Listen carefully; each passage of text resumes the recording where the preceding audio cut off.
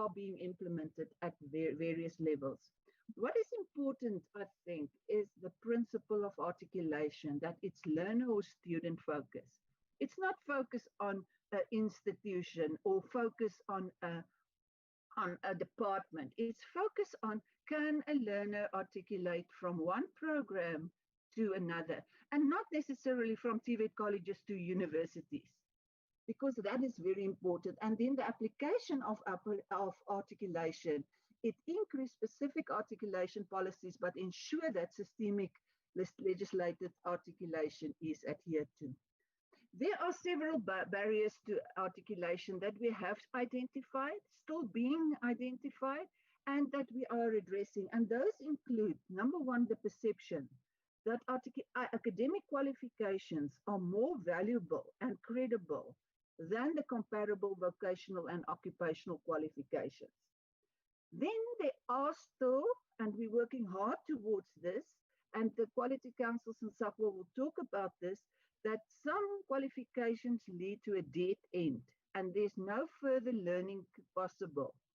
Then, and I think one of the biggest issues, and I think we will concentrate much on this today, is that the purpose and nature of TVET is not an easy way to get into university education. TVET is focusing on employment, on job-specific skills, and on competencies. So we must not see TVET as a stepping stone necessarily for university education, but see that TVET is a preparation for employment and job-specific skills. And then there are still inadequate coherence between the sub-frameworks. There's an absence of robust articulation arrangements that we are addressing, as well as institutional inflexibility to support students. When we look at the purpose of the policy specifically, is to provide a conceptual structure, principles, and policy statements to support the implementation of credible approaches to articulation within the total education and training system. So when you look at those photos, we include work, integrated learning, school education, university education, TVET, CET, and all of them. Trudy? Yes, Chairperson?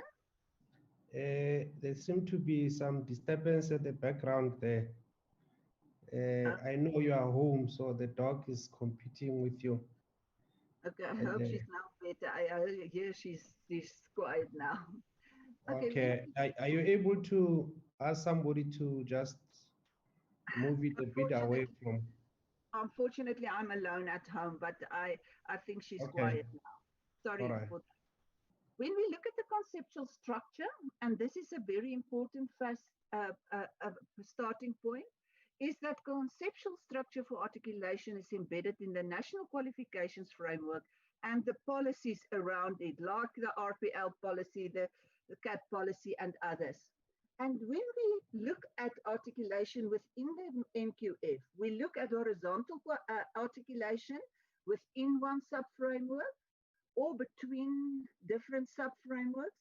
We look at vertical articulation within a sub-framework, and then diagonal articulation between sub-frameworks. And then the principles, and I'm not going to go through them in detail, but there are three that's for me very important. The one that I already said is learner focusedness. The next one is that through articulation, we have to ensure redress, equity, and inclusivity. And then the second last bullet, I really want to emphasize, and I have said it earlier, that it must be done by design and not as a blanket approach. When we look at the enabling legislative and policy environment, and I'm not going to go into detail, is that the DHET has already done extensive work on the enabling legislative and policy environment. As the second last bullet, as the fourth bullet says, the determination is still being revised again for this year, and others are already in place.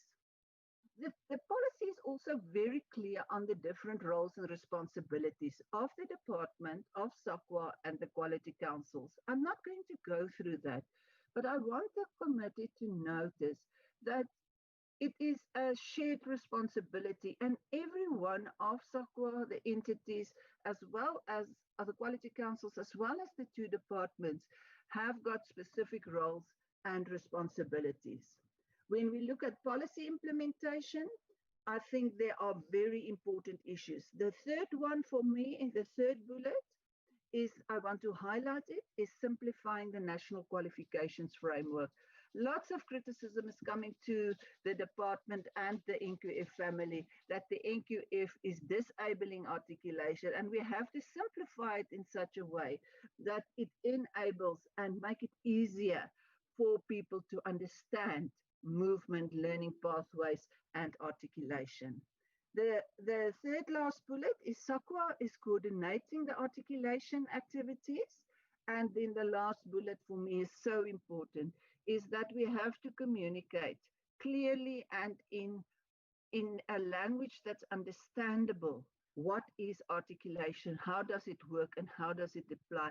Because I think that is one of the big problems in our system, is that we use all these big words and that we're really confusing people. And we are working towards a much clearer and concise way of communicating articulation and so forth. When we look at implementation, this is just what the department has already done. We've established the Articulation Office in the NQF Directorate. The SAQA is coordinating and reporting annually to the DHET. The DHET reports annually on articulation. SAQA ensures implementation and coherence to produce a well-articulated system, and that all registered qualifications have clear articulation pathways. SAQA is also addressing systemic challenges, and then research is being done at various levels in the department. For example, we have got the research directorate, SAQA, and it's working with SAQA and the quality councils. And then we're also conducting research in the enabling environment, like the policy is saying, on open learning, on different modes of delivery, on policy alignment, on online learning. And therefore, we also have a dedicated directorate for open learning. And then the advocacy and communication, and I want to highlight that the department is also managing the National Career Advice Development Services course called QCTO, that is hosted in the department. Then, when we start looking at specific articulation, and I'm going into my last part of the slides, is Mr. Vele, who's in this meeting, myself, and several other people are on the ministerial task team of the DBE to look at articulation within the DBE system, the schooling system, as well as from the schooling system to the PSET system, because I think articulation is not specific to the PSET system, but it is specific across the whole education and training system. So we look at for articulation, and the QCTO will speak a lot about the articulation of the schooling system also into the occupational qualifications. What is important here is that the three-stream model, that is quite controversial in the discussions, are not limiting learners to specific studies. So you will see that there is horizontal or straightforward articulation when you are in one of the three streams, but that you can also move from one stream into other studies. Like if you were in the academic stream, you can articulate into medical studies, for example. Specific then to the PSET system is the articulation from schools to the National Certificate Vocational and the NATED core courses, the NATED qualifications and part qualifications in the PSET system. And there you have got an outline that at every level, and that is what I said in the beginning, it is so important we're talking of specific program articulation, that a grade learner with mathematics can articulate into the national end diplomas in 4 to N6 with experiential learning, mostly in the engineering studies. But if a student don't have mathematics and physical science as subjects, they can articulate into other programs. So it is not about school to colleges, but about school specific programs with specific subject choices into specific NCV or native programs. And I'm not going to go through them in detail. But I think the last point is very important, that the department is also providing a pre-vocational learning program to prepare those grade 9 school leavers who do not meet the entry requirements for specific NCV or native programs. So we really try to enable articulation and not to provide a dead end. So if a learner in grade 9 is coming to the TVET college, he hasn't got the prerequisite level of achievement or subjects, then he can go through the pre-vocational program. When we look at articulation from the NCV to other qualifications, and this is quite a big issue that we are addressing, is that mainly from the NCV, there is articulation to universities and universities of technology. And I want to emphasize, because universities have got specific qualifications in each university and specific programs, that means that interinstitutional arrangements are very important, so that there's articulation from the NCV to a higher certificate, to the diploma, and also to the BTech and other degrees at the universities of technology. And the QCTO and the CHE will give much more information on this, even the numbers that we're talking about. And thanks to the CHE for providing those numbers. They can also articulate into occupational qualifications, and there you can see that it's the higher occupational certificate as well as the occupational diploma and the national in diploma that's still in existence. When we look at from the NCV to the world of work, because we must remember articulation is learning and working. So although there's no specific articulation into specific jobs or job levels, we see that a specific and individual articulation from our qualification to the world of work is important. And there's lots, and I'm very encouraged by the arrangements of the TVET colleges with some industries to make provision for their learners or students to move into the industry and be employed.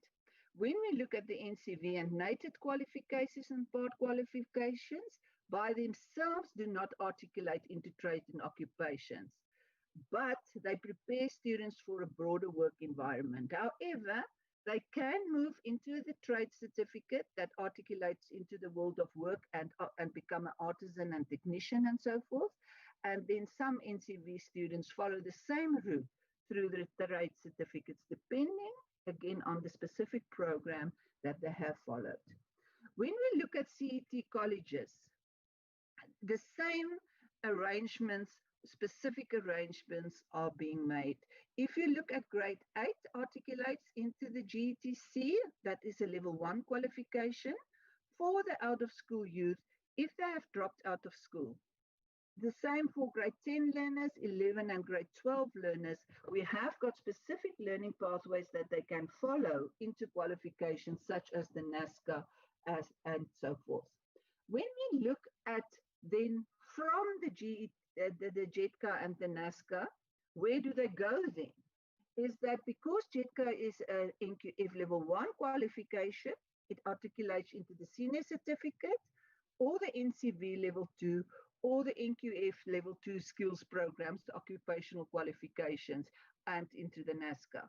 The NASCA, that's an NQF level 4 qualification that will articulate into the specific programs at higher education institutions. Chairperson, and that is in short where the policy is embedded and where articulation is being implemented from our side. But again, I want to say, I think the complementary nature of the four presentations is for me very important, that we see this as a systemic intervention and not as a department and SAQA and the quality councils independently. Thank you for the opportunity to present. Okay, thank you very much, Trudy. I noticed that the dog finally gave you some space to present and to finish your presentation. Okay, let's move to, thanks for the presentation. Let's move to SAQA.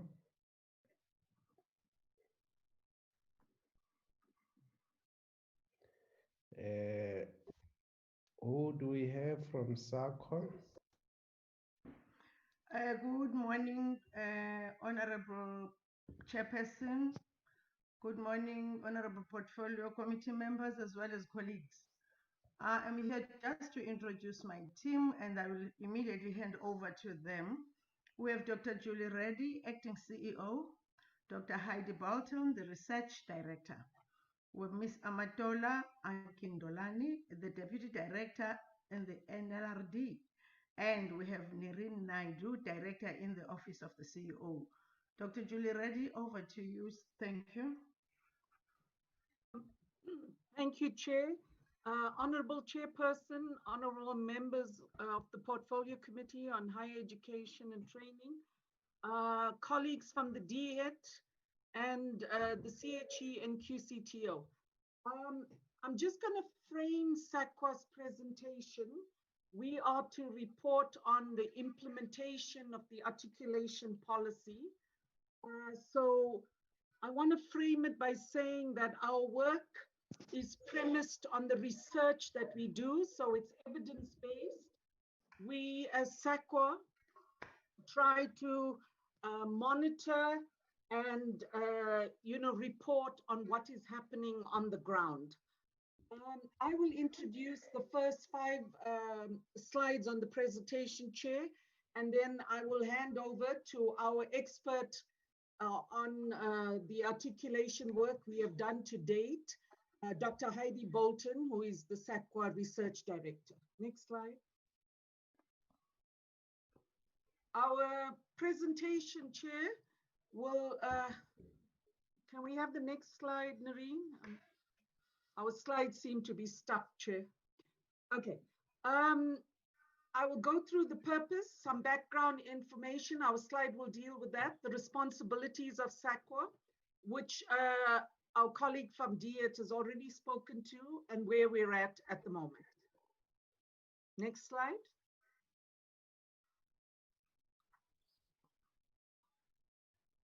So, Chair, the purpose of our presentation this morning is to report on the progress made by SAQA in implementing the articulation policy for post-school education and for the post-school education and training system in South Africa. In terms of background, as Trudy van Wyk from DHET has said, the Minister published the articulation policy in 2017. The goal is, our aspirational goal is a well-articulated system, which is one in which there are linkages. Sorry to interject, Julie. No, are we able to correct the or to put the slides differently? Yeah, I'm not sure what's happening there, Chair. Yeah, there's yeah. All right. This is fine now. Apologies, Chair. Okay. So a well-articulated system where there are linkages between its different parts, so there are no silos or no dead ends. Here, I want to say that you will see in our presentation later that learners have found very clever ways to navigate around some of these dead ends, and you will see it in practice. So what we try to do through the NQF and through the quality councils and our other partners in the departments and ministries is to support learners in their individual and work pathways. So the articulation policy broadly, just as Trudy has said, establishes the overarching conceptual structures, principles, and policy statements to support its implementation. It's a systemic intervention. And we will show you how the specific program articulation and individual learner articulation unfolds in the system, Chair. Next slide. Okay. So SAQA's responsibility is to determine criteria for articulation. And the way we do this, Chair, is we have a policy and criteria for the registration of qualifications and part qualifications. We evaluate all recommended qualifications from the QCs against this policy and criteria. One of the requirements and criteria in our policy is the submissions, the qualification submissions for registration on the NQF must specify horizontal, so across articulation. It could be level 5 to level 5 in another sub-framework. Vertical, which is going from level 5 to level 6, either in the same in the same sub-framework, across sub-frameworks, and diagonal articulation. And this is an interesting concept, Chair. Diagonal articulation, I'll give you an example. You could have a PhD in mathematics at level 10, but if you wanted to study supply chain management in the public sector, for example, it might be you need to go to foundational learning in that area. So you might go to a higher certificate in supply chain management at a very entry level on level 5. So that's what diagonal means. At this point, we are very, very insistent on meeting the requirements and specifications for horizontal and vertical articulation in the qualifications that are submitted. But diagonal articulation, we are a little more generous about that in terms of trying to get all the sub-frameworks aligned, the qualifications aligned in terms of parity of STEAM, the nomenclature and other challenges that we are addressing, Chair. So we are not so stringent in applying that. We will, as we go forward, when all the legacy qualifications from the SAQA Act are aligned to the NQF Act, and the 8-level NQF is aligned to the 10-level NQF. We have made a lot of progress on that, but we are still working on that. So, Chair, to move on, SAQA provides leadership to the QCs, and as Trudy has said, it's across the 3 sub-frameworks, from schooling to higher education to occupational qualifications. We have provided one comprehensive annual report at the end of the 2019-20 financial year to the Minister. Through the system of collaboration and our CEO committees, which includes SAQA, the QCs, the DHET, we deal with high-level strategic issues to resolve systemic challenges and incongruities. We provide advice to the Minister, and we coordinate the work to avoid duplication and eliminate articulation conflicts. Chair, I will hand over to the Research Director, Dr. Heidi Bolton, to take you to the rest of the presentation. Thank you very much. Thank you, and good morning, Honourable Chair, Honourable Members, and leadership of the DHET and colleagues and leadership of the entities. So I've got quite a lot of detail. Please bear with me.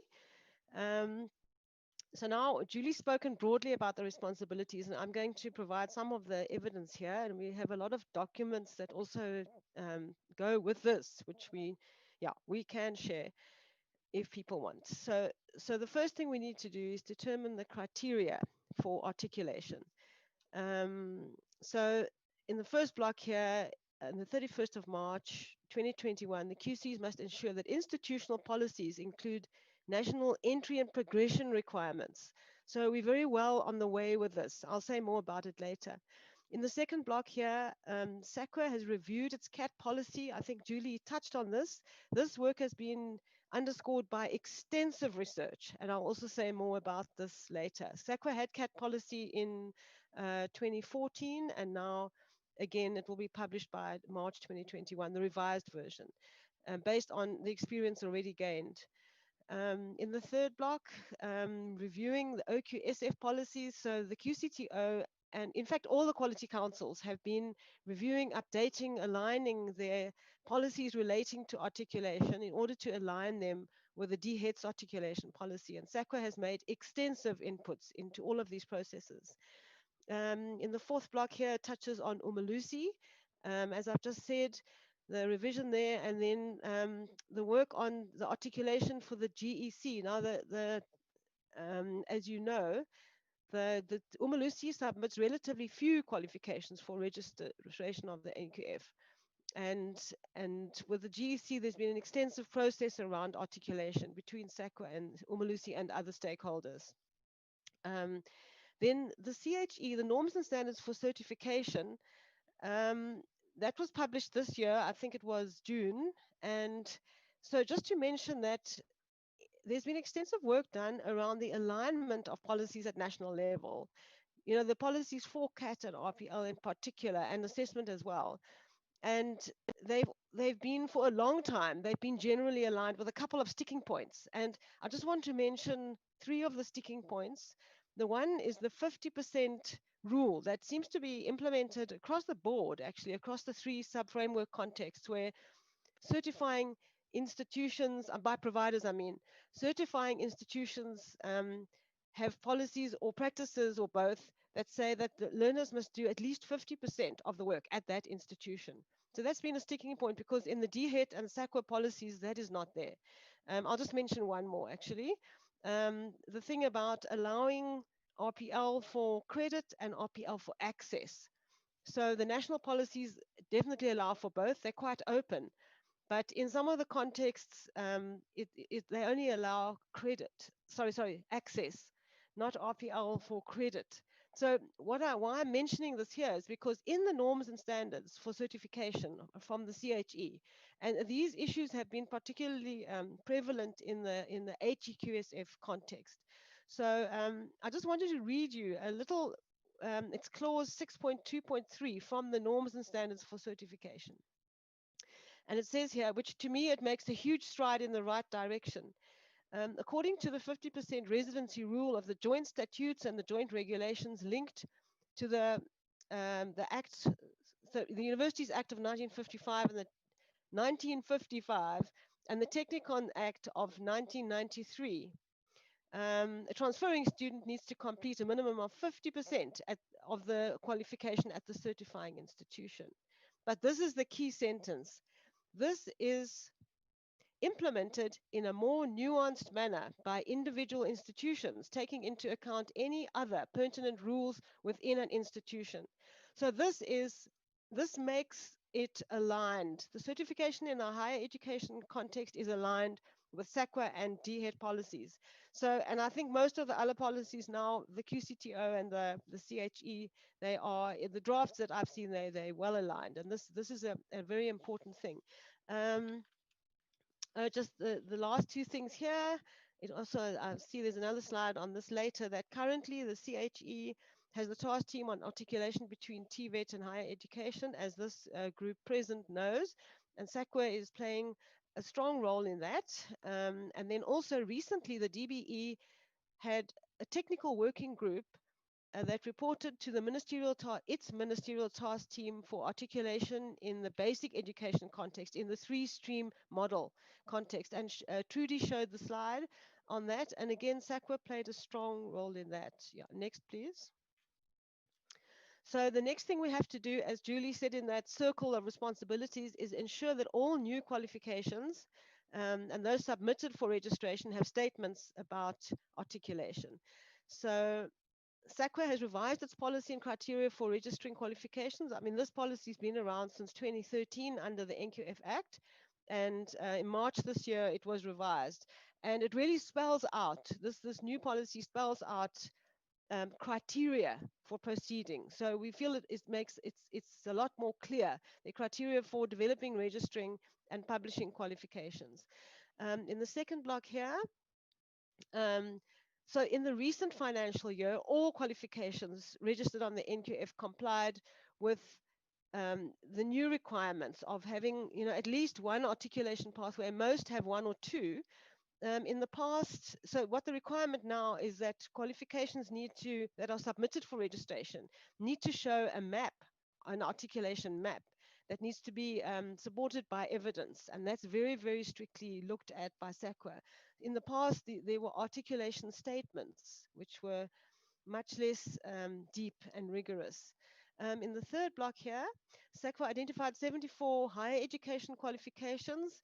So these are ones registered after 2014, but didn't have articulation options stated. So SAQA has requested this information from the CHE, and the CHE has provided 8 so far. In the fourth block, I think I've already mentioned this, that SAQA's made extensive inputs into, in fact, Umalusi policy revision relating to articulation and the QCTO and the CHE. The middle block here, I've said already. So this is also important, the sixth block here, that SAQA does NQF impact studies. And I was looking back over them. The first one was in 2014, published, done, and then 2017 and now 2021. All of them have focused on aspects of articulation. And SAQA releases the full reports and summaries. So the 2021 impact study, which we're gathering data for this year, focuses on RPL and CAT, which is directly related to articulation. And we have surveyed all the stakeholders. We haven't sampled unless there are more than 150 in a category like private colleges, for example. But all others, we have sampled the whole, all the stakeholders. Next, please. In fact, I wonder, let me just to go back quickly to say we've got preliminary results, for example, and the preliminary results, we analyzed the CAT data. This is just the bottom slide here. And just to read out that, you know, this 50% clause that's been a bit of a sticking point. We specifically had a question in the survey, do you agree with that, to the stakeholders? And there was another question, something, how would you feel about doing away with those rules? And 80% of public higher education institutions said they want to keep the 50% clause for quality reasons. However, only 2/3, 67% of private hires said that. They said it's not always necessary. And half of professional bodies are also willing to do away with it, which was interesting. And then the skills development providers were divided. But the analysis also showed that, now this is very, very key for articulation. The analysis showed that the difficulties around CAT, which is a key articulation tool and mechanism nationally, is people had difficulties in mapping from a qualification and learning program at one institution to another. It was time consuming, and also people didn't always know how to do it. Then there was the issue of intellectual property with all the private entities, where if a student was transferring from a public to a private, and there's a lot of movement of students across public and private entities, and that the research has shown. Over a number of years, the research has shown that, which is great for articulation and integration. But the private entities don't like sharing the details of their curricula. So when a student is transferring to a public entity, then you know, it can be an issue. Also, the onus is on the student to provide the evidence of the curriculum that they covered at the previous institution they were at. Another issue was consistency across providers in terms of how they implement CAT and articulation. And this was across all the NQF sub-framework contexts. Another issue, I think the last one that I'll mention, is that, in fact, two more, that there's a need when students transfer across entities, often for gap fill. So there might be a 75% overlap, but that student needs another 5 or 10% of content to progress in the receiving institution. So, and then the last thing was that when a student is transferring and an entity is implementing CAT or RPL, there needs to be a suite of institutional policies that match, that are aligned with the national suite of RPL CAT assessment, quality, transparency, access policies. So the good thing is, and why I'm mentioning all of this, is that SAQA's revised CAT policy takes all of these challenges into account and addresses them in the policy. Next, please. So this deliverable for SAQA, wait, you went a bit fast. Oh dear.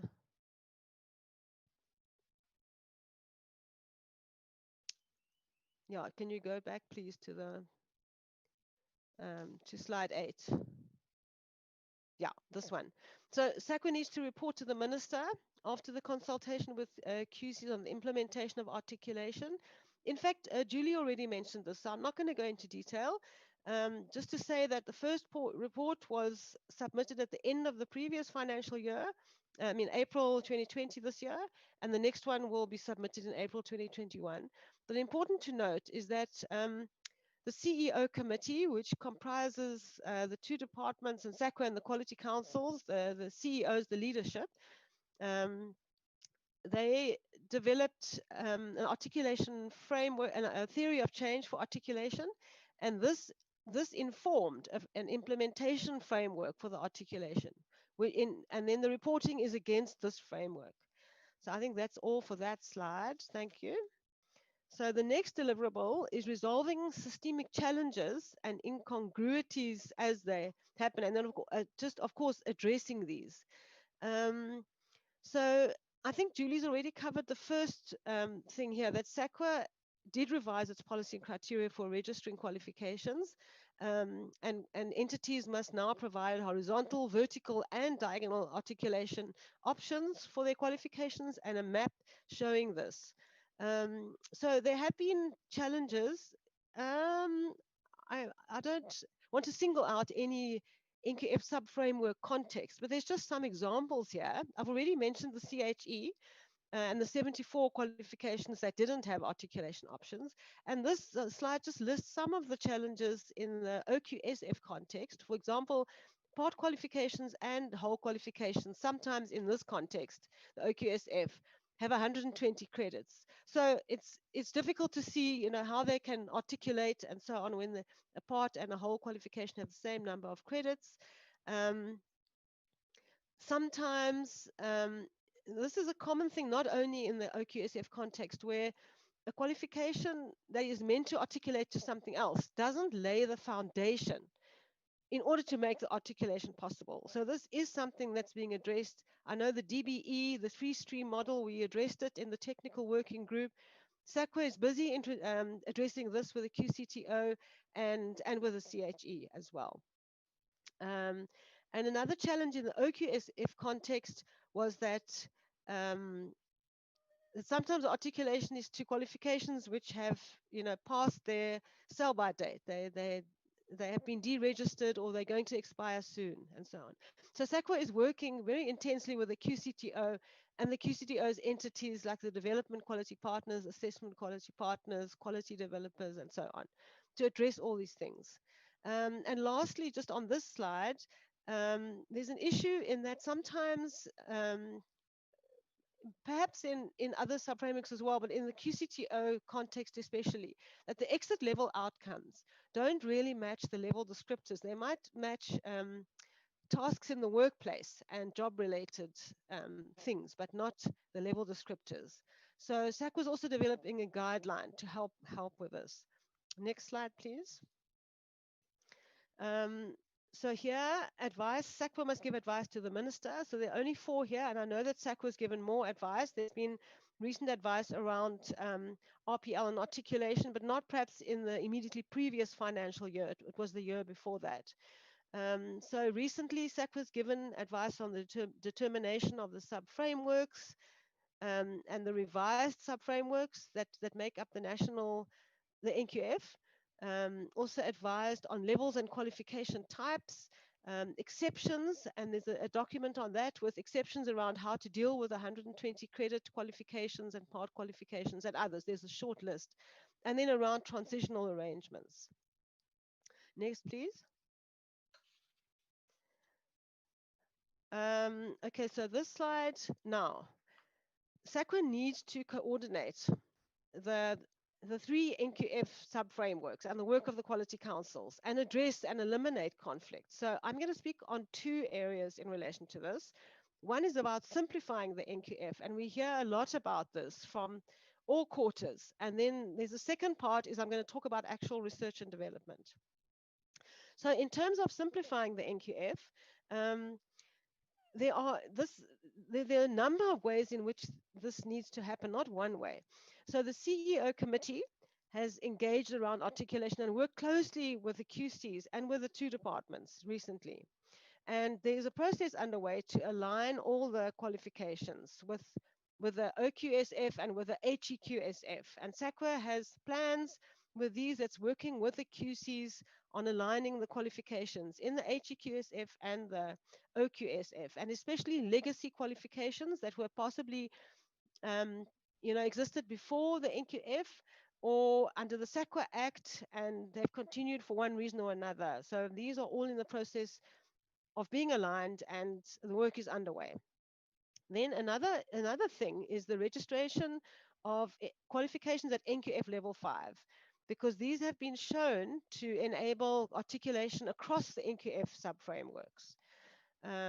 As I think Trudy and Julie mentioned, horizontal and vertical articulation happen quite readily, across the sub-frameworks or within, but diagonal is the more rare one, where you would cross from the general and further education into occupational. And I'll show you a picture just now, or occupational into higher education and the other way around. So these level 5 qualifications are very key, and a lot of research evidence shows that as well. There's extensive collaboration between the NQF partners and with NQF stakeholders, many fora that entities are working together, and I've been working in this context for a long time now, 12 years, and it's remarkable how this collaboration has increased, especially in the last 3 years, 5 years. And then lastly, providing NQF advice and communication. Thank you. Now, this is the second aspect. So I've spoken about the simplification. Simplification also, there wasn't a slide there on that slide, involves communication. Communication is absolutely key for articulation. And we'll say more about that later as well. So this slide, I'm not going to go into detail. It's got 8 blocks on it. And these are these represent long-term SAQA research and development projects. And why I'm not going to read through all of them on this slide is because we have 8 slides, and I want to touch on each one briefly, just to show you how for the last 10 years, SAQA research and development, there's always development. It's not research for the sake of research, has actually fed into the articulation agenda. Next, please. So I'll cover each of these. There we go. The first one was started in 2009, actually started in 2008, looked at understanding TVET college lecturers, because these people are agents of articulation. They're in the middle, they're between schooling and adult learning and higher education and workplaces. They're right in the middle. So the research looked at who are the college lecturers, where have they come from, what education and training have, what languages do they speak, and how do they teach? What do they teach and how they teach? So without saying any more detail, we made a bulletin, a SAQA bulletin, which details all the findings of this research. So it's quite an easy to read, although thick bulletin, and you can find out all about the lecturers there. And this research also led into policy inputs, the DHET's policy on professional qualifications for lecturers in TVET, particularly. Next, please. So the next big project was focused on learning and work pathways for sustainable development. And we chose this because sustainable development is an MDG goal, but also a goal in South Africa. It's an emerging field. So this work was about building learning pathways in emerging fields. We have another emerging field now, the 4th Industrial Revolution, and we can use the learning from this project also for the 4IR and anything else that comes. So this research had 2 phases. One started in 2009, the other one 2012. And the first phase focused on understanding learning in workplaces, because workplaces are a key site of learning. And then the second phase was looking at how to develop learning and work pathways between workplaces and learning entities. The main outputs here were again in a SAQA bulletin. There's a summary report which is available, and SAQA Bulletin 2017 also details the research and all the little sub-projects where the development was actually done. and the actual development of pathways was part of the deliverables for this project. And the main impact of this, so this is quite a theoretical, this was quite a theoretical project, but it has informed all the other work that SAQA has done on articulation and learning pathways. And I must say, not only SAQA, I think it's informed all the entities. Next, please. So this project was about developing an inclusive RPL model. Now, in 2002, SAQA had RPL policy criteria and guidelines that were very specific. It said, this is how you do RPL, step 1, step 2, step 3. So this project went further and built on all the lessons of the first, under the SAQA Act, really, where there was an international study that also showed that South Africa was leading in RPL in the world, even though in this country we felt we only had scattered practices and we certainly didn't get as far as we wanted to get. The world was already looking to us. So this research built on all the lessons and then sought to develop a model that cut across access to undergraduate studies, postgraduate studies, worker education, and workplace RPL in the workplace. And what came out of this was the first peer-reviewed RPL book in the world, and there are currently 3 peer-reviewed books in the world, and SAQA has contributed substantially to the other 2 as well. So the main impact of this research, so while the model, well, it can be simply drawn and explained, but the book is also fairly theoretical, but the lessons from this research were fed into SAQA's RPL policy, the DHET's policy for coordinating and funding RPL, and the QC policies. It informed the implementation of RPL across the country as well. Why I'm mentioning RPL is because RPL is a key tool that supports articulation. Next, please. I'm nearly done. I've got 3. These are, and as we come sort of over the years, you'll see this project started in 2012 and finished in 2015. We looked at flexible learning and teaching practices because this project focused on enabling access to higher education and also progression through higher education and into the workplace and continued learning at work and stopping in and stopping out, working and learning, because working class and poor learners need to do that. They can't always afford to study from A and B in one go. So this project looked at how workplaces and one particular university could support these learners. And the main outputs were that this university transformed. And they adopted flexible practices, flexible curricula, flexible admin systems, flexible learner support systems.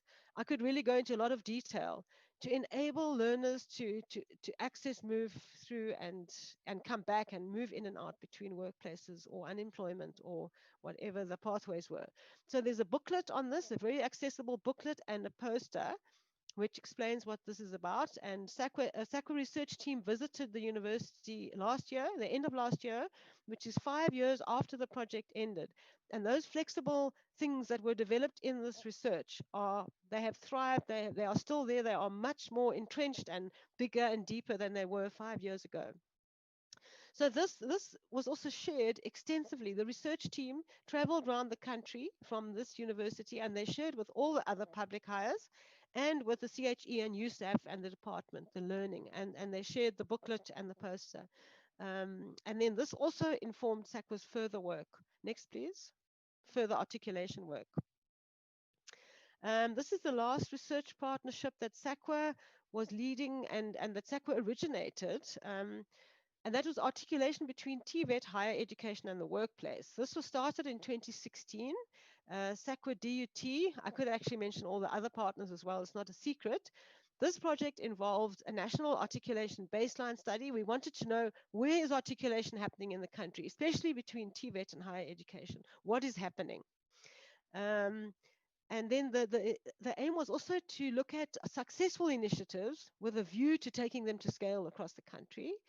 Also, we sought to develop a little set of articulation enablers and to develop actual articulation on the ground. So the development in this case was there were 7 case studies.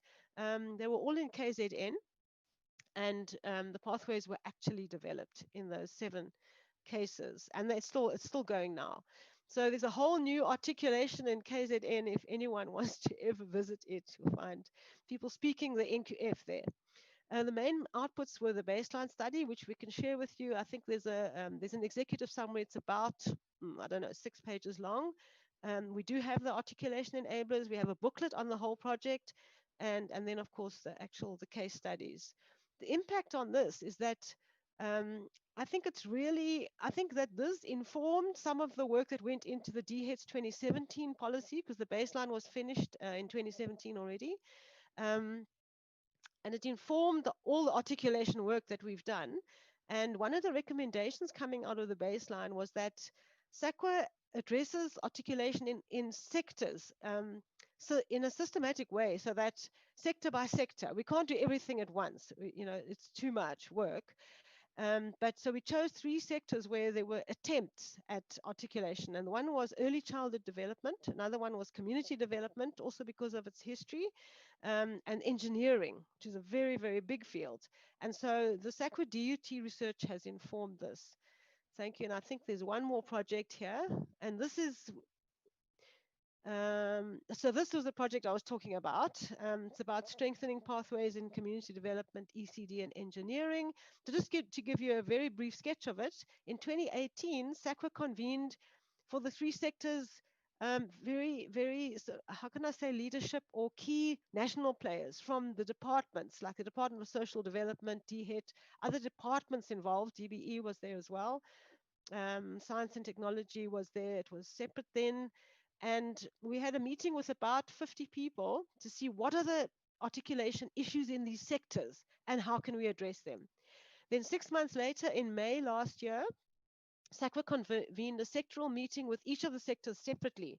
So in this case, we had about 30 people, 35 people from each of the sectors to fine tune and hammer out these implementation plans of strengthening the actual articulation that was discussed in September 2018.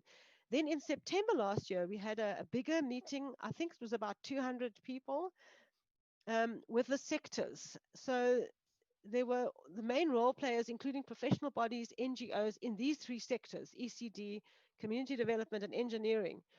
And hearing about the plans and the leading entities they cascaded to the sectors, as it were, in front of everyone, what had been done so far and what was required of all stakeholders. So now we have a 3-year period in which to implement these plans. And so there was a declaration where the delegates all endorsed the plans in September 2019. So around September 2022, or maybe a little bit later, 6 months later, because of COVID has moved everything a bit back, we'll meet again and talk about progress. That'll be the 4th NQF conference. Next, please. So I think this is the project that we are busy with now. UNESCO identified that flexible learning pathways, so that's the term that they've been using. Flexible learning pathways are absolutely key for articulation. So thanks to South Africa, UNESCO has now adopted the word articulation. So they're using the word flexible learning pathways and articulation. And they looked across the world. They did a very thorough literature survey, and they identified 8 countries that they felt were working on articulation and flexible learning pathways, as they termed them. And the countries are here in the first block: Chile, Finland, India, Jamaica, Malaysia, Morocco, South Africa, and the UK. So they have published this big survey. I think it's available. And then each of these countries that I mentioned did a case study of the countries for UNESCO, and we documented all the national policies, institutional policies, and instruments and tools that entities are using. Then we had to select 3 higher education institutions which are implementing flexible practices and document them. So we've got that.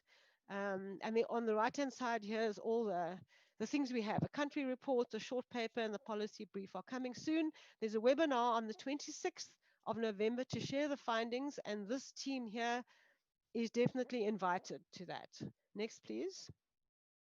I think I'm moving now. Okay, I've mentioned these already. I'm not going to go into detail. All of these focused on articulation to different extents. This one, I just want you to see you don't need to read all the words. I just want to show you SAQA also does short-term research. I've just been talking about all the long-term projects and how they link to articulation. The short-term projects also link to articulation. And you can see the years here, 2011, 12, 2015, we did 4, 5, 6 projects. 2016, 2017, 2018, 19, 20. Every year there's been some project underway. Next, please. So very briefly, I'm not going to go into detail here, just to say I've mentioned the advice to the minister. SAQA has had events to share information about articulation and RPL especially, and system integration, and to communicate with all NQF stakeholders. And I was trying to count it last night. I think it's over 100 in the last, or under the NQF Act. Conferences, seminars, webinars, and so on.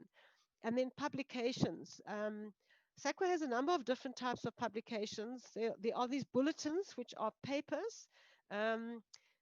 They're peer reviewed, and we try to make them and encourage authors to write them in accessible ways. We have booklets, leaflets, posters, accessible documents, reports. There's a lot of documents. Okay, I won't go into any more detail there. Now I want to show you some pictures. All right, this is the NQF. All I wanted you to see, you know what the NQF looks like. I want you to just see the 3 NQF sub-frameworks. The blue ones overseen by Umalusi, the general and further education and training. The black and red ones, higher education qualifications, overseen by the CHE, and then the bright red ones by the QCTO, the Occupational Qualifications. And the next slide, please, is the new naming of the occupational qualifications, and Trudy mentioned this as well.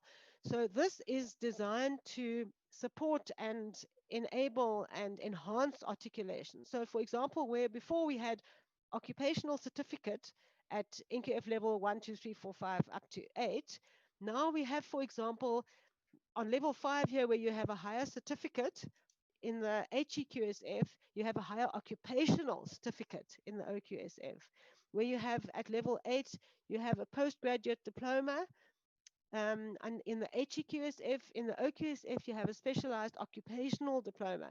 So the naming of these qualifications, the new naming approved very recently, I think it's this month, by the minister, enhances articulation, but it also signifies that the intention that the qualifications will contain the foundations for articulation. Next, please. Now, so the next few slides, it's quite a lot of slides, but I don't want you to read the words. I just want you to look at the pictures.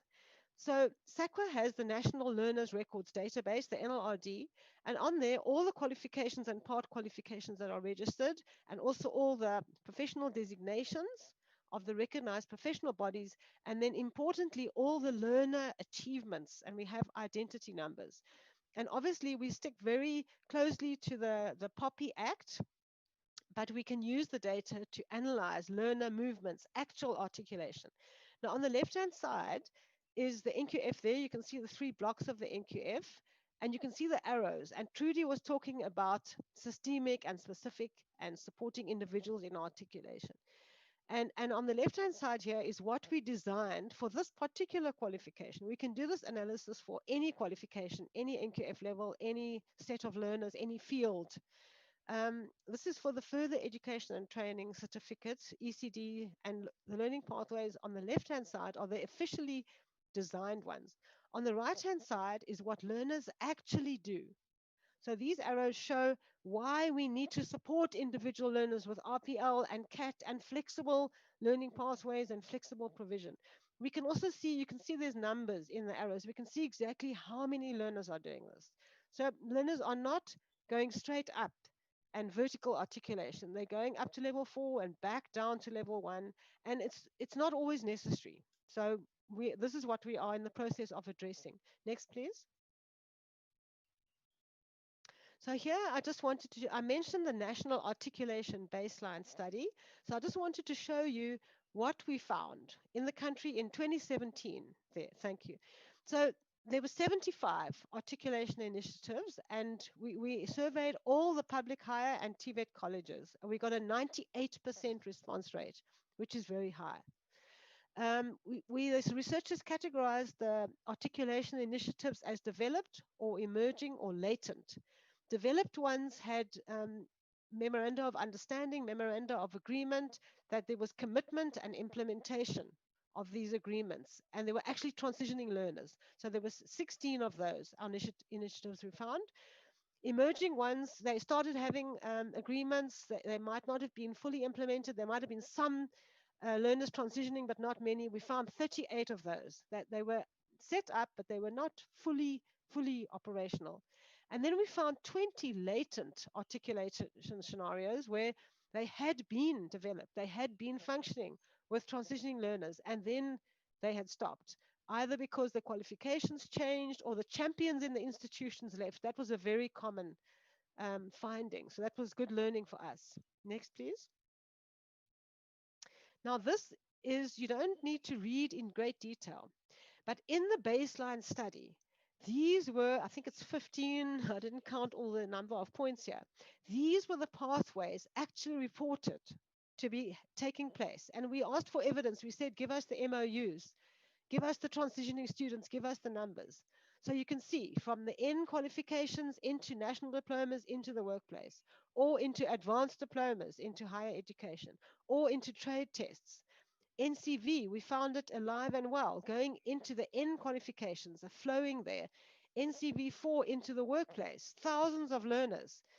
NCV4 into the higher certificate. This higher certificate is so important, and this research has led to more entities. And also just the universities that are doing it have shared with other universities, and I think it's been through USAF as well, so that there are more higher certificates being developed now. And these then lead to the national diploma and onwards. Occupational certificates into national diploma. And you can see here listed. The last two are just the grayed out ones. We're not from the baseline study. We found them in the National Learners Records database. So you can see what people are actually doing. Next, please. Now, this one I'm not going to discuss in detail, but it's very self-explanatory. In this, the articulation research with SAQA DHET and the baseline and the 7 case studies, and in the course of developing articulation on the ground, we identified through action research, so all the participants identified these things as being the key 9 things. Collaborative relationships are absolutely key. There needs to be respect and there needs to be communication, right? Career advice came out, very key as well. Focusing on particular pathways at a time. One can't do everything at once. Start somewhere and then build on that. Advocacy, quality was really, really important as well. The quality of teaching and learning was linked to the increased learner achievement levels and then greater ease for them in transitioning. So quality, we cannot speak enough about quality. Resources were obviously important. These MOUs, it was important not only to have them, but for all the entities to be committed to them. Inclusive admission criteria and articulation research. And I'm not sure, no, I know it was a recommendation. The other thing that's missing from here is that you need articulation champions, and it's too easy for them to leave an entity. So you actually need an articulation officer. You need to have that position. It doesn't need to be an extra staff member, but someone needs to be allocated the responsibility. There needs to be an articulation office in all entities. Next, please. Okay, now you don't need to read the text. I'm just going to show you 3 pictures to say before one can have articulation, one must have a map of the qualifications available. And one of the main problems that we found 10 years ago was that there are gaps in the qualification pathways. And so one needs to develop the qualifications in order to make articulation possible.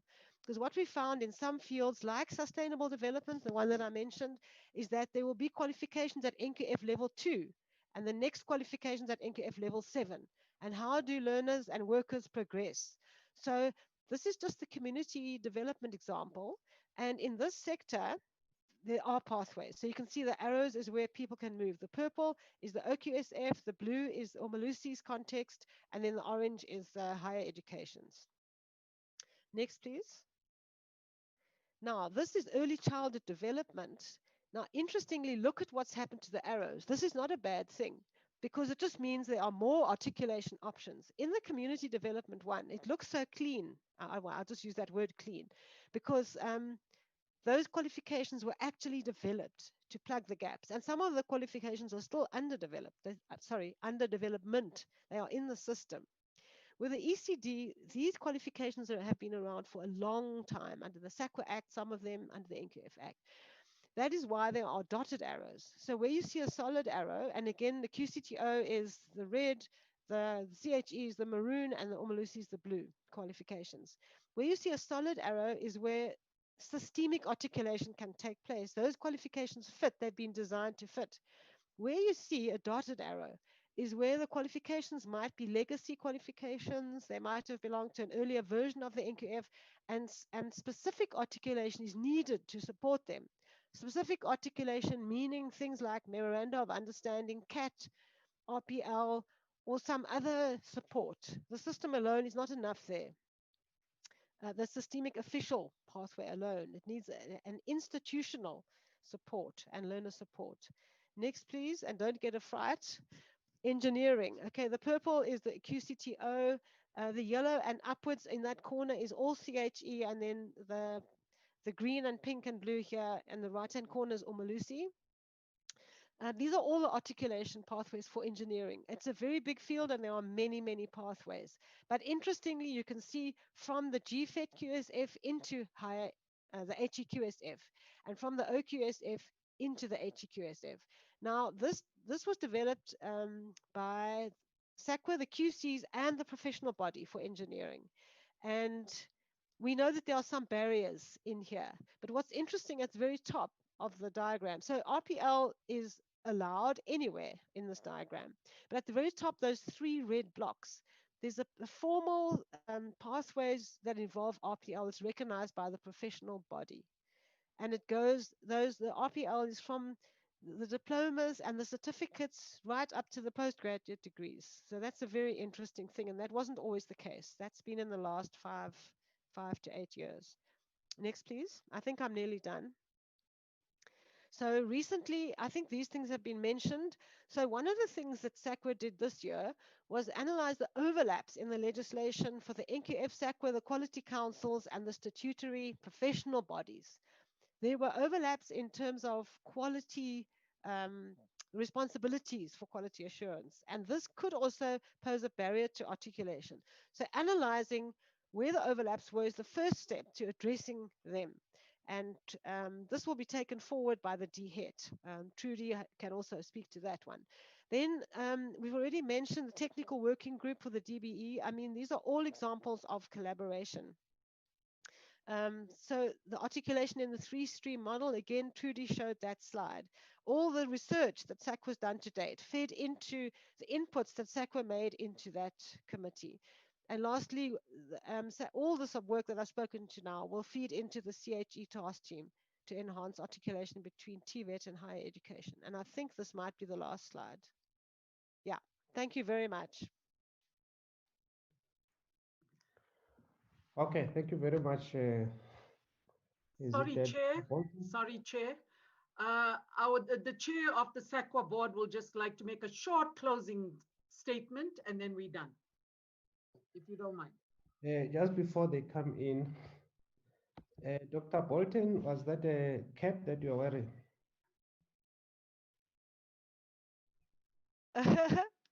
Chair, she has a problem with hair loss, so she has to wear it. Yeah, I don't know what happened to me under lockdown, but maybe it's from stress. I'm not sure, but I lost quite a lot of hair on top of my head, so I wouldn't really like to show you the top of my head. And I also am being very careful about staying at home and not going into malls. And so I'm going to get myself some very nice hats, but I don't have them yet, so I apologize. Okay.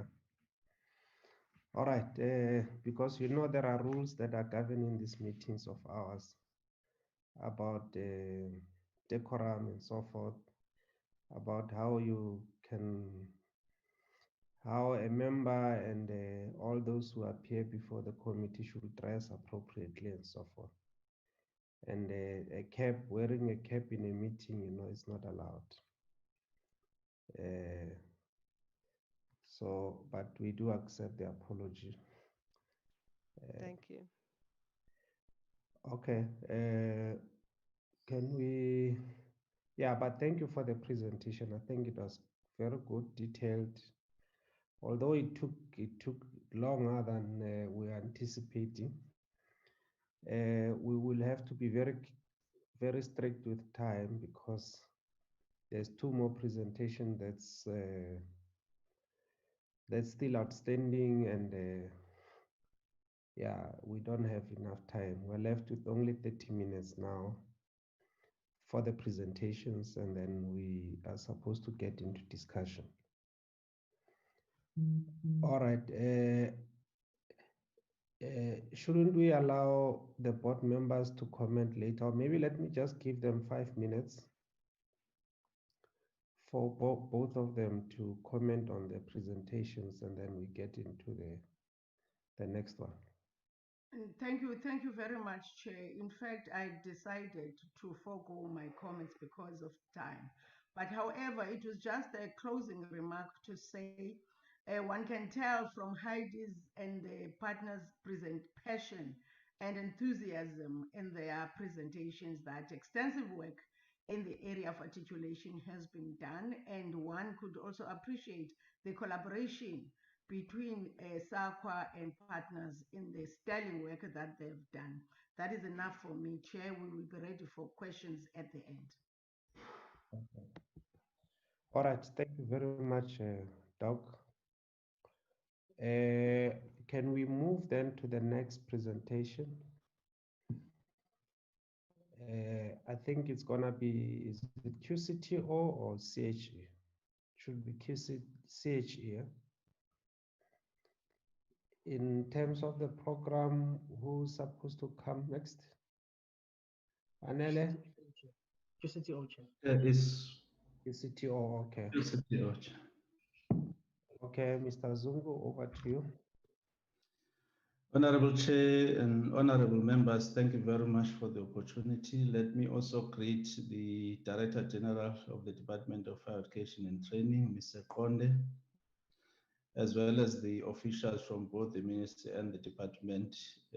I am accompanied by a delegation from QCTO, that is the Acting CEO, Mr. Thomas Latta, accompanied by Mr. Emmanuel Mbuwe, who will also be helping in the presentation. Let me also extend greetings to our sister entities, SAQA and CHE Chairperson. Good morning, ladies and gentlemen. I will just have a few remarks before I hand over to Mr. Latta. We are here today to provide this esteemed committee with the progress on the implementation of articulation on the Occupational Qualification Sub-Framework, which the QCTO is mandated to manage in terms of the National Qualifications Framework Act number 67 of 2008 as amended. I will not go into historical context of this very complex matter, as we have seen from the presentation that have already been made, but we'll try and provide a brief synopsis of the progress thus far. Mr. Latta will give more information in his presentation on more technical aspects. Chairperson, I wish to concur with both the DG and Ms. Trudy van Wyk on the systematic challenges of offering qualifications that sometimes lead to cul-de-sac or dead end. Ms. van Wyk in her presentation further touched on the challenges of articulation between the schooling system and the PSET system. But there's also more complexities within the PSET system itself, Chair, as you've seen from the presentations. For instance, you might find a student that will complete his or his studies, maybe doing BCom. I'll make an example of the University of Zululand because it's closer to me, where the student will complete his or her studies doing BCom, and for some reason the student have to relocate to Johannesburg and decides to further his or her studies at Wits University. It's likely that that student will probably have to start his or her studies at the first year again and repeat the first year instead of progressing to the second year. So this is what was also touched by Dr. Bolton on the presentation. So Honorable Chairperson and members, these are some of the challenges that still persist in the system. A recent mapping study on African Continental Qualifications Framework, ACQF, released in September 2020, provides some historical background which might be useful for further reading. In terms of the outcome, to establish articulation within and between sub-frameworks, the QCTO qualifications do indicate entry and progression limits. The QCTO has revised the Occupational Qualifications sub-framework, which has been approved by the Minister of Education, Science and Technology and was gazetted on the 2nd of March 2020. However, due to the delay in the publication of the ministerial determination, the QCTO had to temporarily suspend its implementation. The revision of the OQSF allows for fundamental changes in the model for qualification development and will improve articulation possibilities even further. In terms of redress of unfair discrimination in education and training, the revised OQSF standardizes nomenclature as far as possible across the entire national qualification framework and provides enhanced opportunities for articulation and parity of esteem for qualifications on a given NQF level. The QCTO and its stakeholders or providers are intimately involved in research projects spearheaded by the SAQA, like your National Articulation Baseline Study. Council has recently adopted a new model of qualification development after conducting a review of QCTO processes and research to enhance articulation pathways.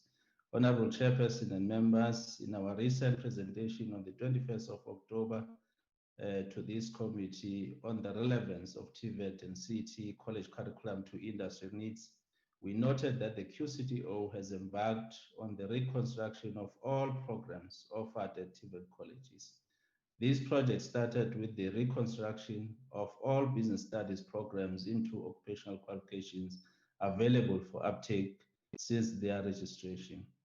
We further noted that the implementation and rollout of these occupational qualifications have not taken traction, as these are not part of the program qualification mix or PQM for TVETs. In the main, the low uptake of these occupations is caused by the misalignment of the strategic plans of both SETAs and TVETs. So colleges do not have guaranteed funding streams for these programs unless they put applications for grants to SETAs, which is not guaranteed whether they will get it or not. Unless there's some kind of a set aside funding for TVETs, maybe that area will improve. Chairperson, we therefore wish to highlight funding for implementation of the occupational qualifications at TVET and CET colleges as a major blockage. The engineering programs are currently being reconstructed to occupational qualifications, but due to COVID pandemic and funding constraints, progress is hampered. QCTO's model of qualifications development allows for development of qualifications relevant to the industry because it involves consultation with industry bodies and a broad range of consistency stakeholders, including social partners. In 2018, 13 NATED programs, N4 to N6, were reconstructed into 6 occupational qualifications. And in 2013, the QCTO reviewed 8 N4 to N6 subjects. This year, we have approved 29 NATED subjects for revision by the DHET. We are constantly engaging SAQA and CHE to ensure our occupational qualifications articulate into higher education qualifications sub-framework. The QCTO believes that to facilitate the idea of articulation, the NQF must be simplified, and our revised occupational qualifications sub-framework policy supports this objective. In closing, Chairperson, we are busy finalizing the QCTO articulation policy as well as the credit accumulation transfer policy. Once again, thank you, Honorable Chair, for the opportunity to make a few remarks. I thank you. Let me now hand over to the Acting CEO, Mr. Latta, to proceed with more detailed presentation. Thank you, Chairperson. Thank you very much, Acting CEO. Thank you, Honorable Chair. The Latta. Honorable Okay, there was a, all right, sorry, just before that, sorry, acting CEO, Mr. Zungu, the last week you were with the CEO. What happened? Did he resign? No, Chair. Let me tender apology on his behalf. He has applied for leave. He will be going for an operation. That's why he's not part of the delegation today, Chair. Apologies for that. Okay, that's fine.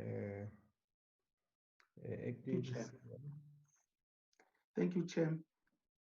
Chair, just to give you the latest updates, our CEO underwent an operation on Tuesday night. It was successful, but he's still hospitalized just to monitor him. Possibly he could be released this week or early next week. Thank you. Portfolio committee members, good morning. Good morning to our DG, CEOs and colleagues in DHET, as well as our colleagues in the QCs. I'm going to ask my colleague, Mr. Mbuwe, to flight the presentation on the screen. And I promise, Chair, I won't exceed the amount of time allocated. Most of the things have been said by DHET as well as our partner, SAQA. Mr. Mbuwe, can you put in the slides on the screen? Thank you. The next slide. Chair, I think it is incumbent of all of us here in this meeting that the inequality in our country in terms of education system has been a concern, particularly in the articulation possibilities in our country. Learners do qualifications that are sometimes become dead ends, not because of their doing, but because of lack of guidance, education, and the system itself. In 2014, Chair, the Ministerial Task Team issued an articulation draft policy document, which was then gazetted in 2017. QCTO, we do not have our own policy, Chair, but we utilize the National Gazetted Policy. My colleagues have explained and defined articulation, Chair. I am not going to waste time. I'll go to the next slide. The principles of articulation. I've said earlier on, articulation possibilities shouldn't be a dead end. A learner must be able to migrate in and out in terms of different pathways. It must be simple. It must not be complicated. There should be articulation embedded in the curriculum itself. As the learner studies, articulation is embedded in the curriculum. There should be programmatic articulation that addresses the ills of the past, equity, inclusiveness, and it discourages institutional articulation. Not that I'm against institutional articulation, which is called specific articulation, but I always refer to it with my colleagues as a body-body system. This university enters into an MOU with this TVET college or with this CET. It should not be like that, but it should be something that is systematic, programmatic, regulated. Effectiveness, differentiation, and efficiency, Chair, should ensure that it promotes value in the learning outcomes through different routes. Effectiveness, differentiation, and efficiency, Chair, should meet the needs of the material condition of the society. And it addresses all the ills in the society. It must be done by design. As I said, it must be programmatic. It must include credible and fair procedures and practices to ensure that valid learning occurs. The next slide, Mr. Mbuwe. These are possibilities of articulation: horizontal, vertical, diagonal. I'm going to give some few examples on each, Chair. The next slide. Here is articulation, Chair, within and across sub-frameworks. A learner is doing NQF level 4, could be electrical line mechanic, low voltage power line maintenance, medium voltage line maintenance practitioner. This learner articulates horizontally into an electrical substation operations at that national, articulates vertically into an NQF level 5 and goes, and this learner does NQF level 6 diploma in engineering.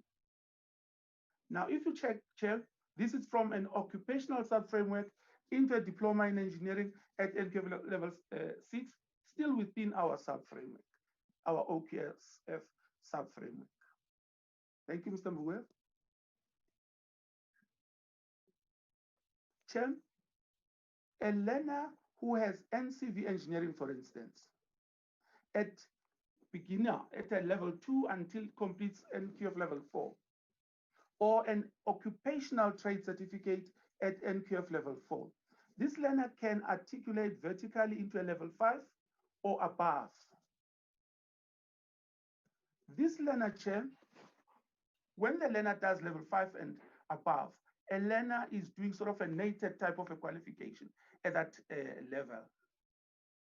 Now, what we are doing with QCTO, with this qualification, we are busy reconstructing the native diploma, which is native qualification at 4, 5, and 6, so that when it is constructed, this learner can articulate into a higher education institution qualification. Or if this learner is struggling as he articulates to a higher education and training, this learner could easily go into a recognized professional engineering technology, professional certificate in engineering, and so on. Now, these articulation, Chair, are the possibilities that are recognized, and we are negotiating with recognized professional bodies to ensure that a learner struggling to articulate in these qualifications, a learner can do these certificates and in engineering. If you look on the right-hand side, Chair, a learner completes a logbook, completes a diploma in engineering. The learner receives this diploma, which is under the sub-framework of the OPSF, can also articulate into higher education and then move on. These are the articulation possibilities we have looked into at QCTO. I'm going to show some, Chair, that we have implemented in terms of articulation. The next slide, Mr. Mbuwe. Chair, I think Dr. Bolton spoke of ECD. For years and years, Chair, our learners that completed ECD NQF level 4 could not articulate to higher education because ECD did not show English or mathematics and so on. But we are comfortable and happy now, Chair, that these negotiations are becoming easier and better. I can make mention of a specific articulation in KZN where learners with ECD are articulating into a PSET qualification in one of the universities in KZN. It has been a struggle, but we are saying here is a possibility. A learner getting NQF level 4 can then articulate and do a PSET qualification in higher education and training. The regulation of admitting learners in higher education was only metric in the past. It has been revised, and now it accommodates our articulation pathway as well. The next slide, Mr. Mbuwe.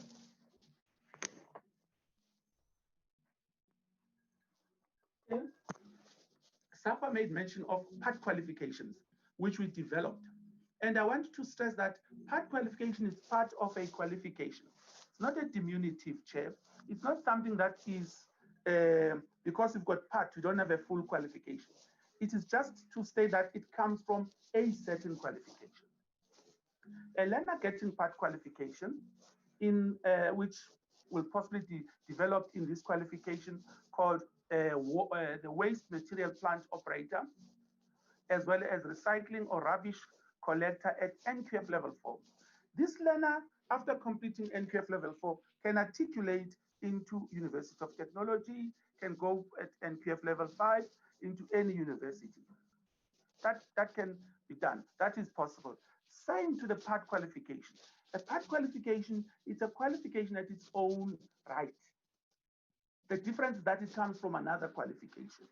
So this learner can also complete the water plant operator, or the learner can go straight into the UOT, and then the learner gets a higher education qualification and does our NQF level 5 higher certificate in resource and waste management qualification.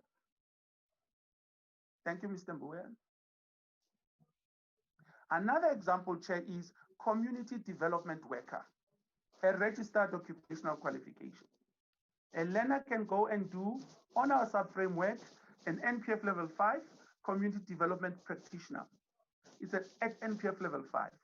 This learner can go further and enter into university doing NQF level 6, NQF level 7. Chair, my emphasis is articulation must be systemic. Articulation must be regulated. It must be a program that the government guard against, than specific, than individual articulation types. The next slide, Mr. Mbuya. Chair, this slide was also shown by DHET, but here we are showing various articulation pathways within the occupational stream. The occupational stream prepares a learner for the world of work, Chair. That is the objective, but it's not a dead end. A learner at NQF level 2 to 4, who is in the vocational stream, academic or occupational stream, Chair, they need to articulate into 5 and 10 in higher education without any impediment. The learner who's got occupational stream, for instance, Chair, and this learner is RPL'd to join the vocational. This learner must be allowed to go to the professional careers, become an engineer, a medical professional person, and so on. Or the learner with an occupational stream who completes NQF level 4 should be allowed to articulate into an academic stream, Chair, without any impediments. This is the way we understand and believe the streams, the pathways of articulation should be seen. A learner with an NQF level 4, Chair, we fully understand that this learner has got more work experience than theory. But let's CHE allow that learner to enter at a basic level and enable a learner to catch up with the theory that is wanted, but they should not stop the learner from articulating to CHE because the learner has got less theory for the needed qualification. The next slide, Mr. Mbuya, thank you.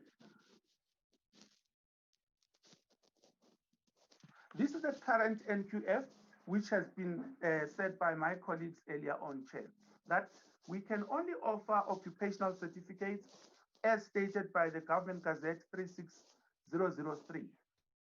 We have revised our OPSF, and we hope the revised ministerial determination will also be in place sooner or later so that we can also introduce other types of qualifications.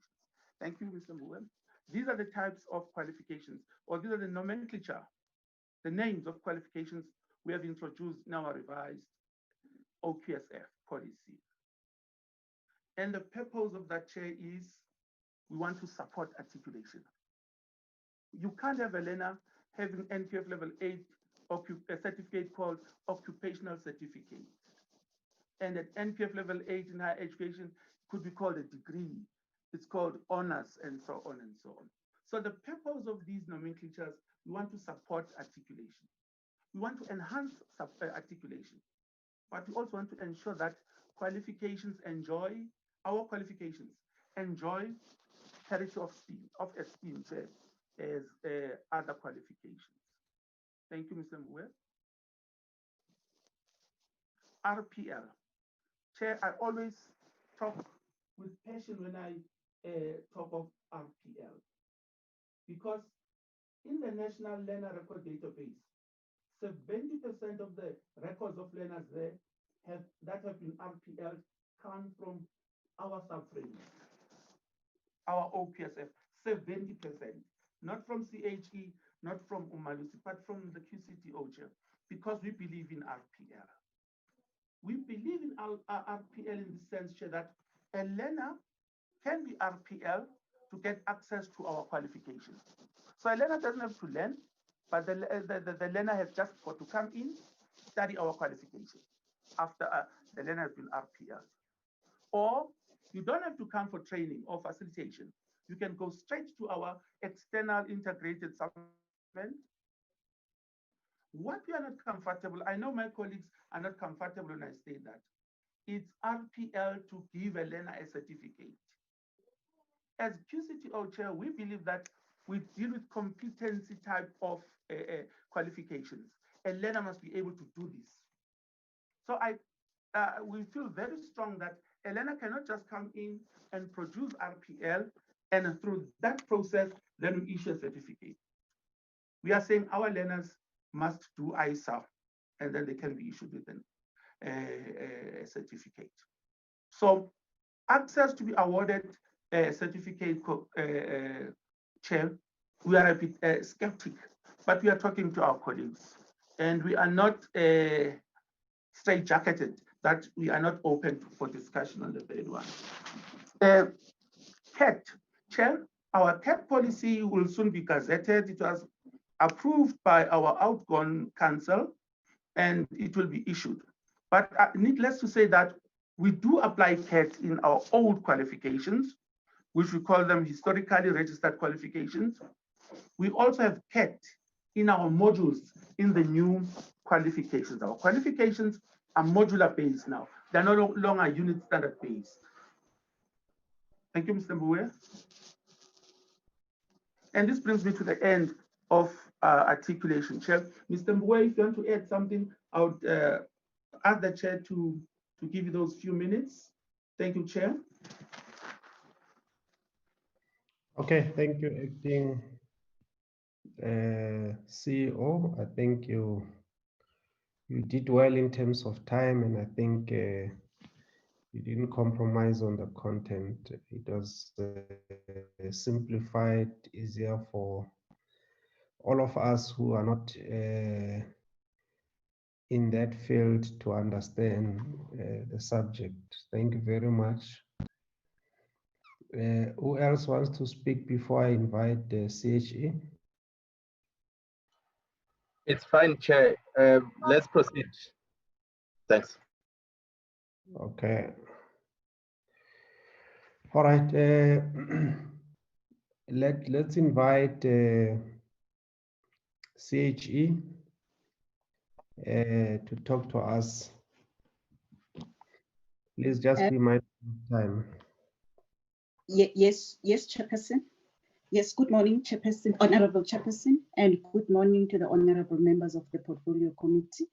And I also pass my greetings to the Director General from the department as well as his delegation, and also greetings to the colleagues from the entities. My task is just going to be short, Chair. I will just introduce the delegation. In the delegation, I am Advocate Memani Namazocho, representing Professor Musio, and you have already submitted his apology earlier on, Chair. And then in the midst, we have Dr. Amani Saidi, who's the acting CEO. We have Dr. Krista Moyo, and also Mr. Ndokozo Bengo from the CHE. I will then hand over to the acting CEO, Dr. Saidi, to make a presentation. Thank you. Okay, thank you, Dr. Saidi. Good morning, Honorable Chairperson, and also good morning to all members of the Portfolio Committee. extend also my greetings to the officials of the department who are with us here, as well as to colleagues from SAQA and the QCTO. Chair, in your opening remarks earlier, you made mention of the fact that Professor Mosia at a previous meeting recommended or suggested that there should be a working group of the CHE and other entities in the NQF family to look at this matter of articulation in detail. Honorable Chairperson, the CEO committee earlier on, as Dr. Reddy already alluded to, confirmed that proposal and constituted the working group. And that working group includes representatives from the department, from SAQA, from Umalusi, from the QCTO, from University of South Africa, that is USAF, as well as the CHE. The work of the working group is still at an early stage. So we will be sharing in due course later, maybe next year or after that, the progress of that working group. But for today, we have been specifically requested to focus the presentation on articulation from the TVET sector into the higher education. What is the status of play in that regard? And also, what is it that we recommend in terms of intervention that can be undertaken to promote further articulation from specifically the TVET sector to the higher education sector? So that's the focus of the presentation today, Honorable Chairperson, Honorable members, and colleagues available. Now, the position of the CHE regarding articulation is that articulation is very, very important because it is a key mechanism for advancing the objectives of the NQF. Already Dr. Reddy and others have discussed at length the objectives of the NQF, which we all subscribe to, because they're very, very important. And therefore the CHE, that's the starting point when it comes to articulation. But at the same time, the CHE takes the position that articulation cannot and does not just happen on its own. Rather, it is something that we all have to put our hands on deck to promote. We need to put our hands on deck to facilitate, our hands on deck actually to support.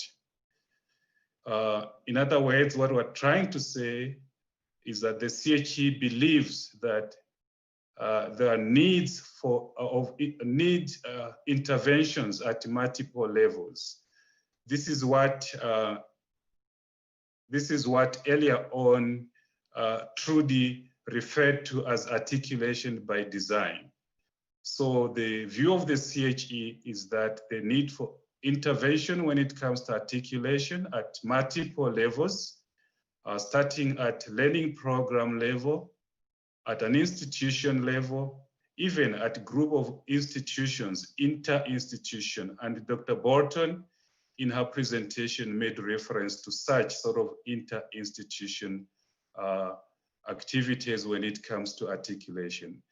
And lastly, but not least, intervention at a system level. The entire education and training system, it is essential. Now, looking specifically at articulation from the TVET sector to the higher education sector, let us preface what we're going to say by indicating that we do not have much issues when it comes to articulation from the school sector into higher education. Why we do not have those challenges? It's because that articulation from the school sector is regulated and governed by national regulatory frameworks. Mention was made earlier on about the minimum requirements for admission regarding the national certificate, which is which was gazetted in 2008, and of course revised in 2018. And also the minimum requirements for admission for using NCV, gazetted in 2009 and also revised in 2018. So that regulation, in our belief, helps actually to address whatever challenges that might be when it comes to articulation from the school sector into the higher education. But the situation is different as far as articulation from the TVET sector into higher education is concerned, because as far as we know, we might be corrected here if we are wrong, but as far as we know, there are no national regulatory frameworks yet governing enrollment into higher education via the route of the TVET sector. Essentially what happens is that admission into higher education through this TVET sector is determined by individual higher education institutions. So each institution therefore develops and implements its own criteria.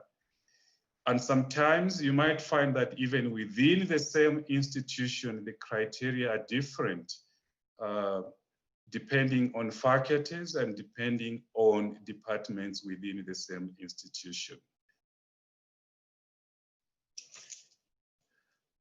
So with that introduction then, what specifically is happening in terms of enrollment through the TVET route? We just extracted quickly data from HEMIS. There's the Higher Education Management Information System to look at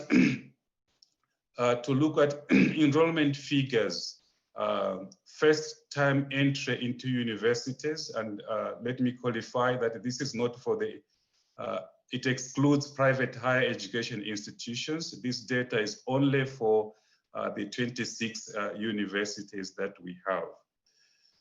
So you'll find that in 2014, for instance, undergraduate diploma or certificates, 873 in 2014 entered universities, were admitted into universities via the TVET route, making just 1.3% of the total enrollment into universities. But of course, this has grown steadily over the years. So in terms of undergraduate diploma or certificates, from 873 in 2014, it rose up to 1,065 in 2015 to 1,128 in 2016, 2009 in 2017, and the last data set that we have is for 2018, which is 2,290 students enrolled in the university for undergraduate diploma or certificate via the TVET route. And that constitutes 2.4%, that is in 2018, of the total enrollment. So you also have those figures for 3-year degree, professional degree, BTech degree, and a 4-year degree. But essentially, let's just look at an aggregate. An aggregate is that in 2014, 1,056 students entered universities via the TVET route, constituting 6%. In 2015, 1,281, constituting 7%. 2016, 1,357, 0.8%.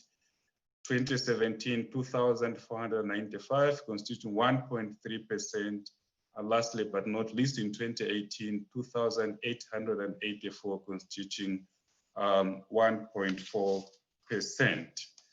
Now, what we see on this slide is that admission to higher education through the TVET route is obviously still very small, less than 3,000 students in 2018 for all 26 universities. If we even go further and disaggregate this figure by individual universities, I think we'll get even a worse of picture. Of course, the data there shows that things are not static. In other words, there is improvement, year-to-year improvement. In other words, there is steady improvement from 0.6% in 2014 to 1.4% in 2018. So there is that steady increase. So we should be positive that things are really happening. But actually, we should be concerned that the rate of growth or the rate of increase is rather a bit low, less than 1% year-to-year increase. Also, something that we can pick up from that data there is that much of the enrollment is actually into undergraduate diplomas and certificates, and followed by into BTech. There isn't much in other fields, particularly the specialized fields and also the four-year degrees. You still have very little sort of enrollment or admission via universities, which means, so that slide is actually talking to what I've just spoken to right now to try to interpret the data sets. But essentially what we can take from that is that it emphasizes the point that we made in the earlier slide, that articulation needs to be promoted.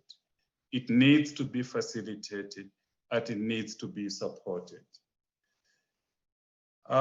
So in our thinking as the CHE, what needs to be done? And these are just possible interventions, more or less like recommendations.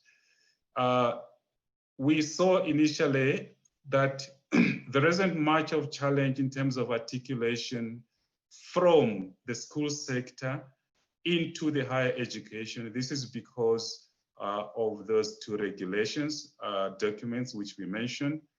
So we're just thinking aloud here to say that maybe if we were also to have similar regulations to govern admission into higher education from TVET sector, probably it would help our cause and speed up uptake in terms of these things that we're talking about.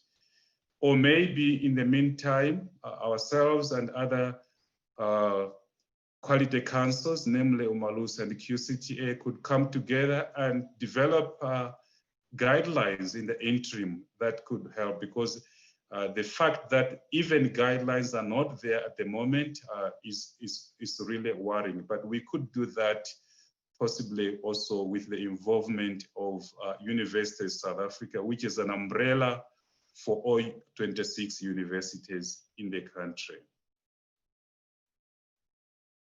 And also, we hope we also make a recommendation in terms of another possible area of intervention is to explore the possibility of having and implementing an incentive program. Because the articulation policy that Trudy introduced and discussed earlier on acknowledges that specific articulation is what can be referred as articulation in practice. And specific articulation is where you normally have agreements between institutions. Take, for example, agreement between higher education institutions and the TVET colleges, as an example. Yes, SAQA, our colleagues, Dr. Bolton, referred to cases, success story cases where such type of agreements have led to good results. But essentially what we're saying is that at the moment, it is not, those agreements are not widespread.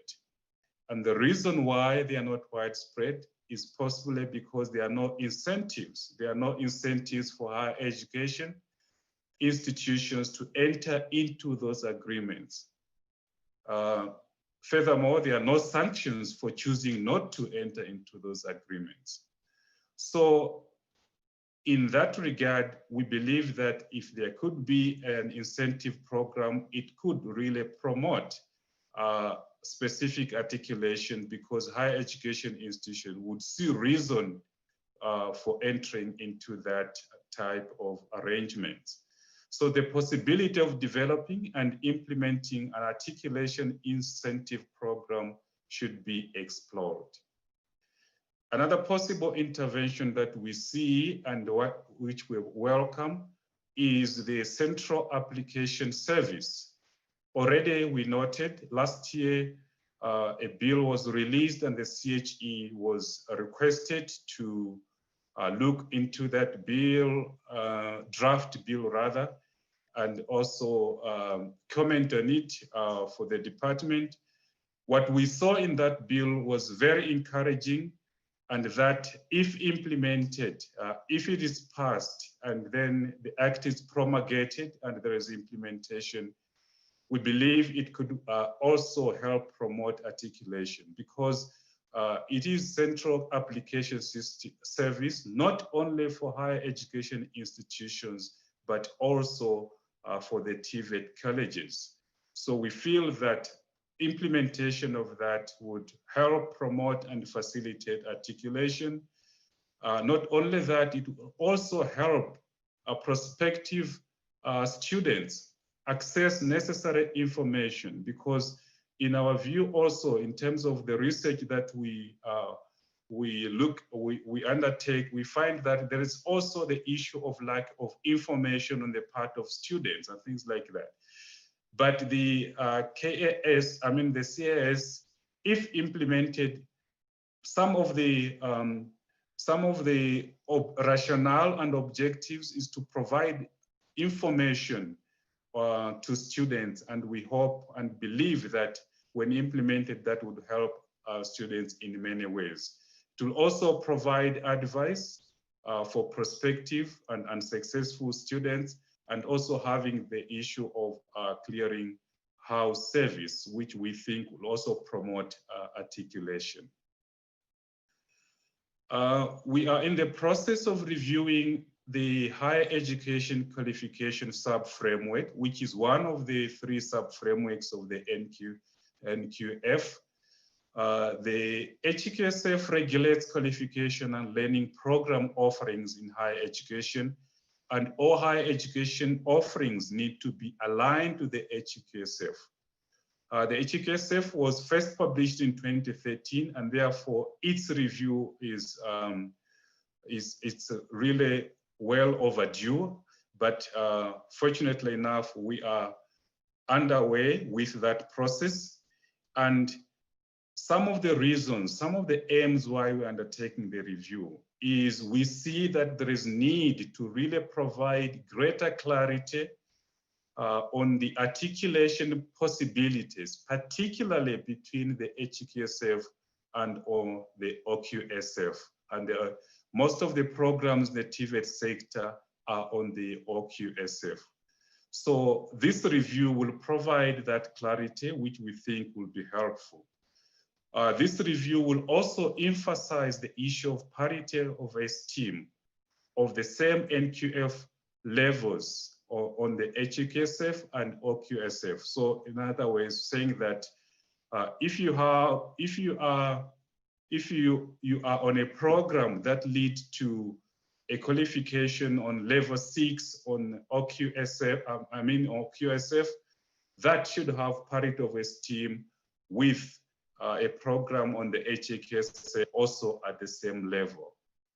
So this is really very, very important. We just want to emphasize that as part of this review process, we'll also consult extensively, including our colleagues in the TVET sector before finalization. So they will actually make input into that process. Okay, we also feel that part of the challenges in terms of articulation relate to the fact that the TVET sector has suffered mostly in terms of capacity. And then we feel that as a higher education sector, we need probably to help build capacity in that sector. And how we could do that is to develop professional Bachelor of Education programs, professional Master of Education programs, or Doctor of Education programs focused on TVET educators. In this way, we could assist to build capacity in the TVET sector, because through those programs, we could train and educate curriculum development specialists for the sector. We could train and educate education management for the sector, and therefore really making higher education making its own contribution to developing that sector. And when that sector is fully developed, of course, it will have sort of a snowball effect that would lead to articulation. Universities also should increase the production of teacher graduates or educators in the technical subject areas in order to assist the TVET sector to develop capacity. So, of course, we also think that universities that develop this type of programs, they could apply to the University Capacity Development Program for grants, emphasizing the imperative of developing capacity for the TVET sector. The white paper on PSET emphasizes, and it is there in its title, that the aim is to have a single, expanded, effective, and integrated PSET system, and the CHE subscribes to this. And it does everything within its authority and remit to promote that sort of mission and vision of the PSET. But what we see in reality is that perceptions persist. Perceptions of a hierarchy in the system persist, and this is really worrying.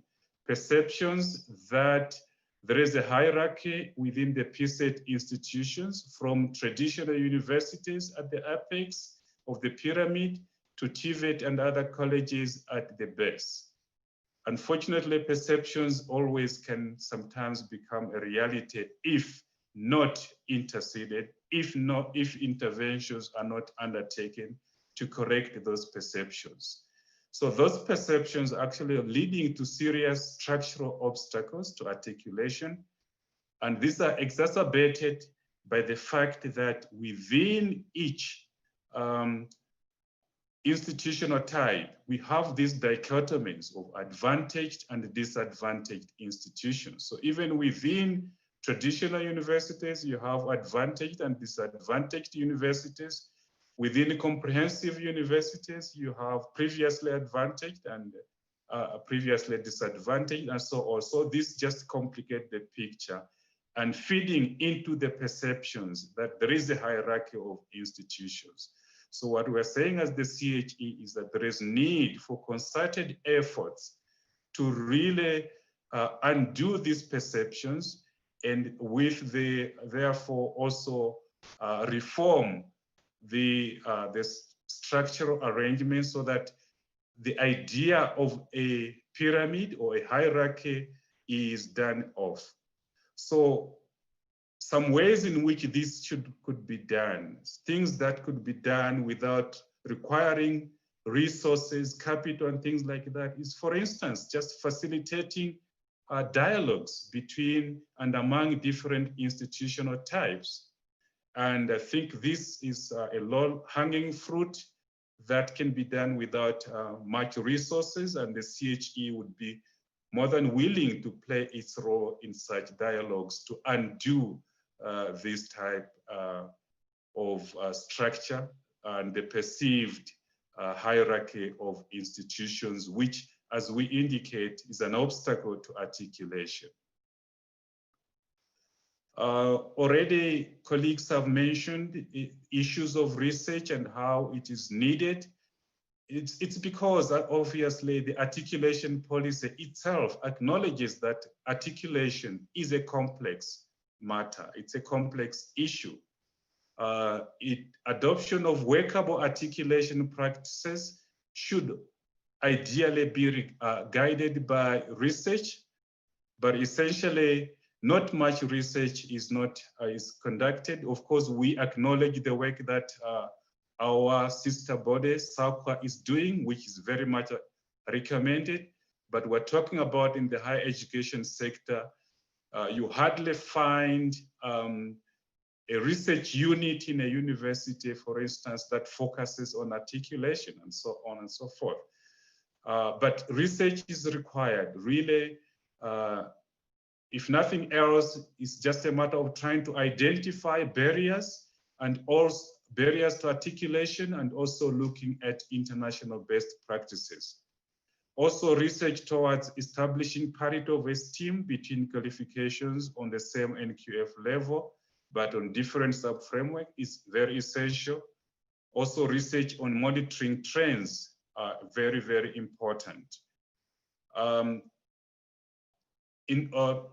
The CHE want to contribute to this research by conducting, first of all, a snap survey of institutions within the domain of the higher education to elicit their responses to the articulation initiatives with the TVET sector. And of course, from the findings of that survey, of course, it will identify further areas of research where it would focus more of its efforts going forward, with the idea of coming up with important indicators and also important information on how articulation needs to be promoted and enhanced, particularly in this case, from the TVET sector into the higher education sector. I think that's all we have to share for today, Chairperson. And thank you very much for the opportunity. Through you, Chairperson, I'm not sure whether my member of council advocate would like to chip in closing of the presentation. Okay, let's allow the member to chip in.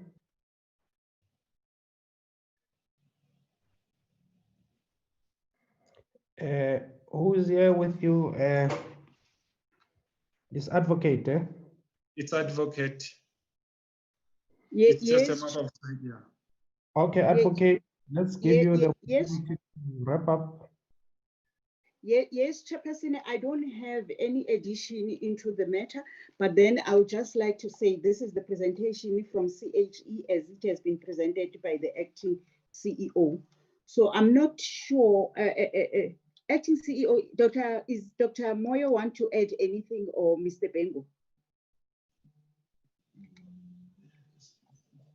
Okay, they say not at this point, not at this stage. Not at this point. Okay, yeah. Thank you. There's nothing to add, Chair. That is our presentation to the Portfolio Committee. Thanks. Okay, thank you very much. CHE for the presentation.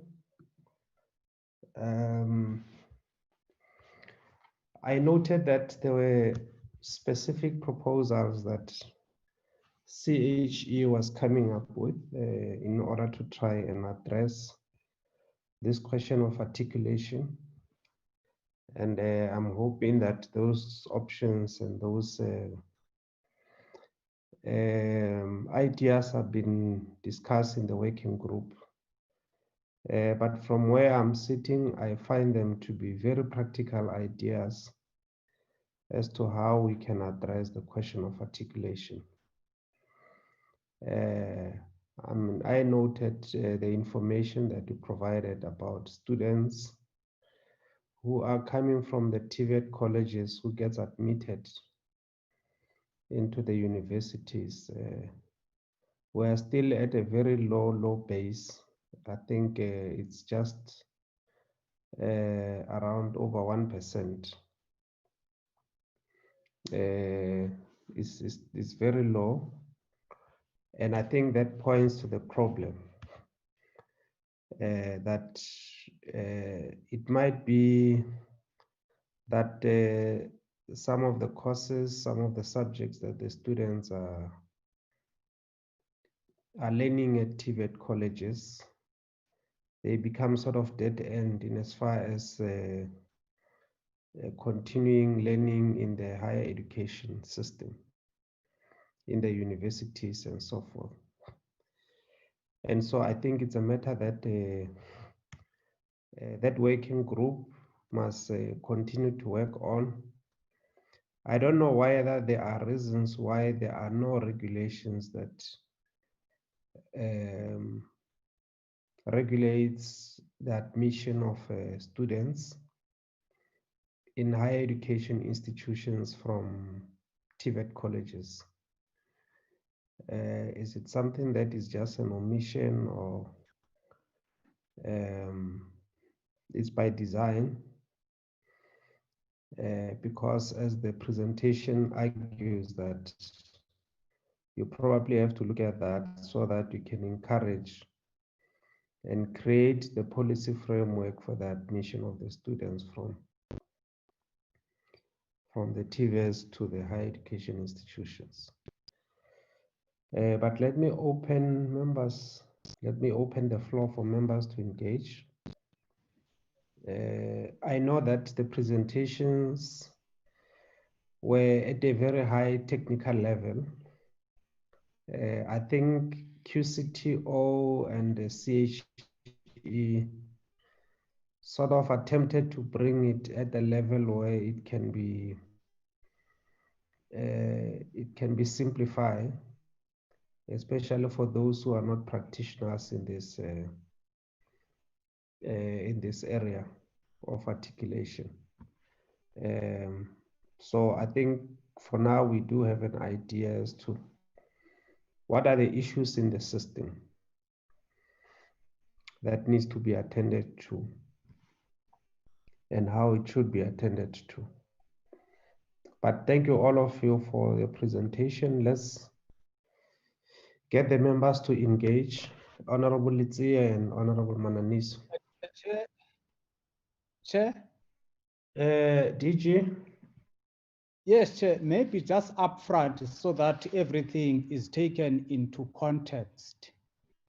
This question of low participation in terms of articulation between TVET as well as universities, it must also be looked at from a financial standpoint, because the policy of NSFAS is that funding to a student is up to the attainment of the first qualification.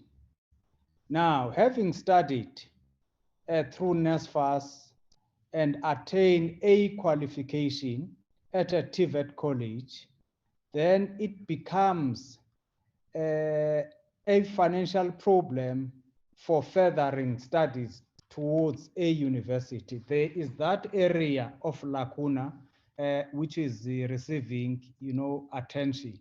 But it means, therefore, the question of NSFAS would have to also to be beefed up to have some relaxations with cost implications in that respect.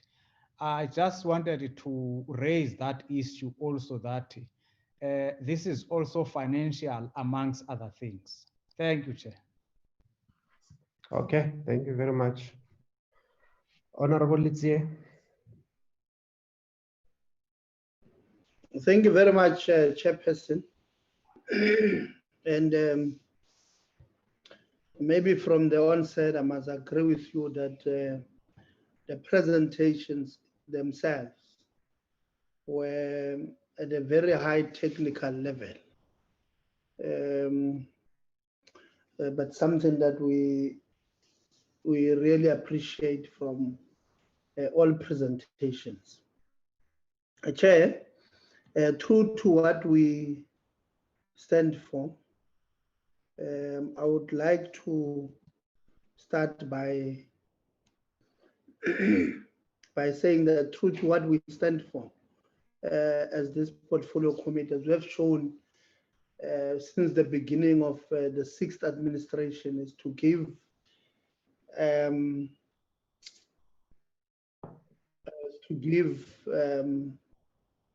the green light, to give our people who do good work what they deserve, and obviously to also lambast where we believe that some work still to be done.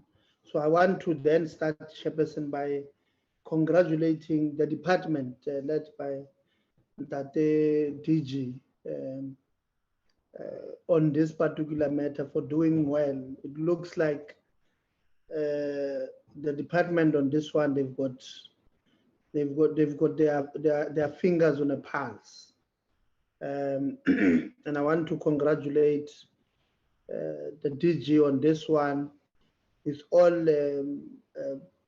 these entities: Council for Higher Education, South African Qualifications Authority, the QCTO. I hope I did not leave anyone behind. To thank them really for doing so well on this particular matter, Chairperson. Before we're accused of only criticizing and not celebrating when they're doing well. Maybe, Chair, let me start with the department on South African Qualifications Authority. I know this might not be the right platform for it, but Dr. Bolton was presented so well. You know, I was even, you know, tempted to forgive her for coming with a cap in Parliament because she was presenting so well, Chairperson. But to the department, you can tell, you can see that South African Qualifications Authority seems to be one entity, well, amongst many, of course, that understands their mandate, that puts passion into doing the right things. So I want to, Department DG, I want to again, for the upteenth time, lobby yourselves. I know that Chair, the acting CFO of the department did indicate that sorry, they are going to be meeting with South African Qualification Authority to look at ways of assisting them, you know, in that quest of stopping the retrenchment of staff. And I hope, well, I know it might be a long shot, but saying I hope that those who are earmarked to be retrenched are not a group of those who are working on this particular matter of this articulation policy.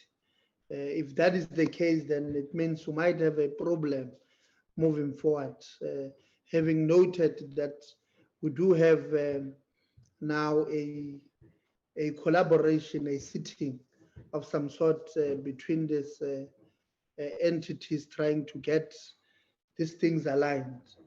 So I want to lobby the department to expedite quickly the process of saving the jobs of those 71 people from South African Qualifications Authority. I'm sure it's very clear how they can do that is to fund them.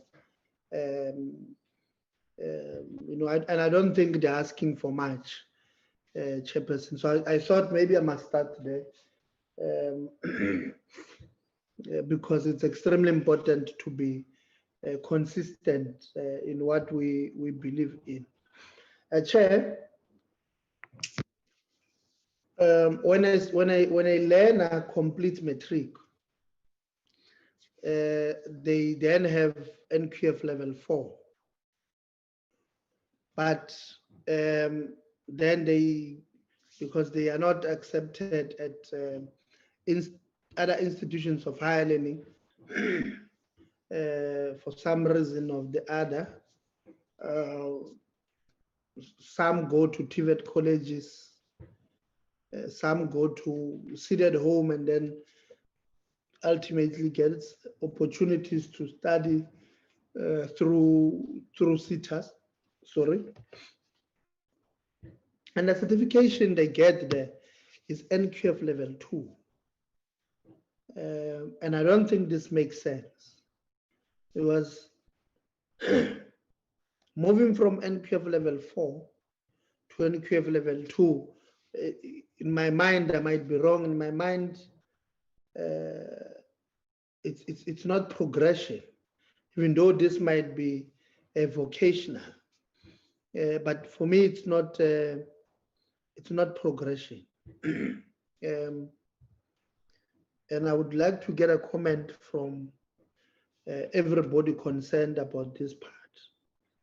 They go to TVET colleges to study NCV, and NCV is NQF level 2. Again, this is not progression. It looks like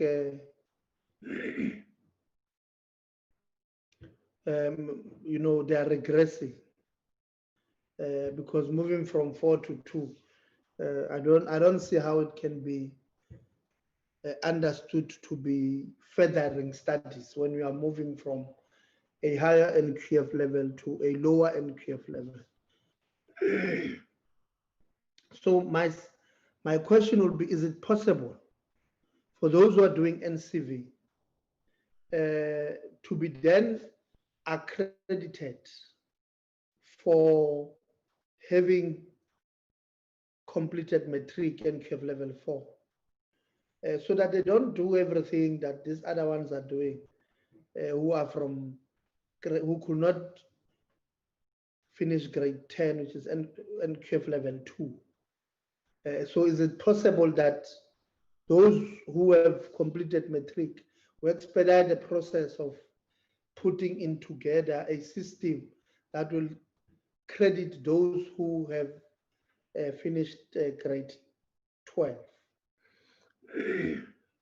Because it will seem to me that they finish grade 12 in basic education, and in higher education they are starting at grade 10.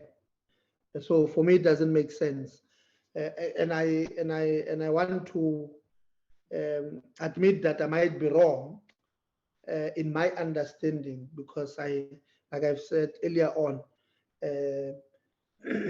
the presentation were highly technical in my view.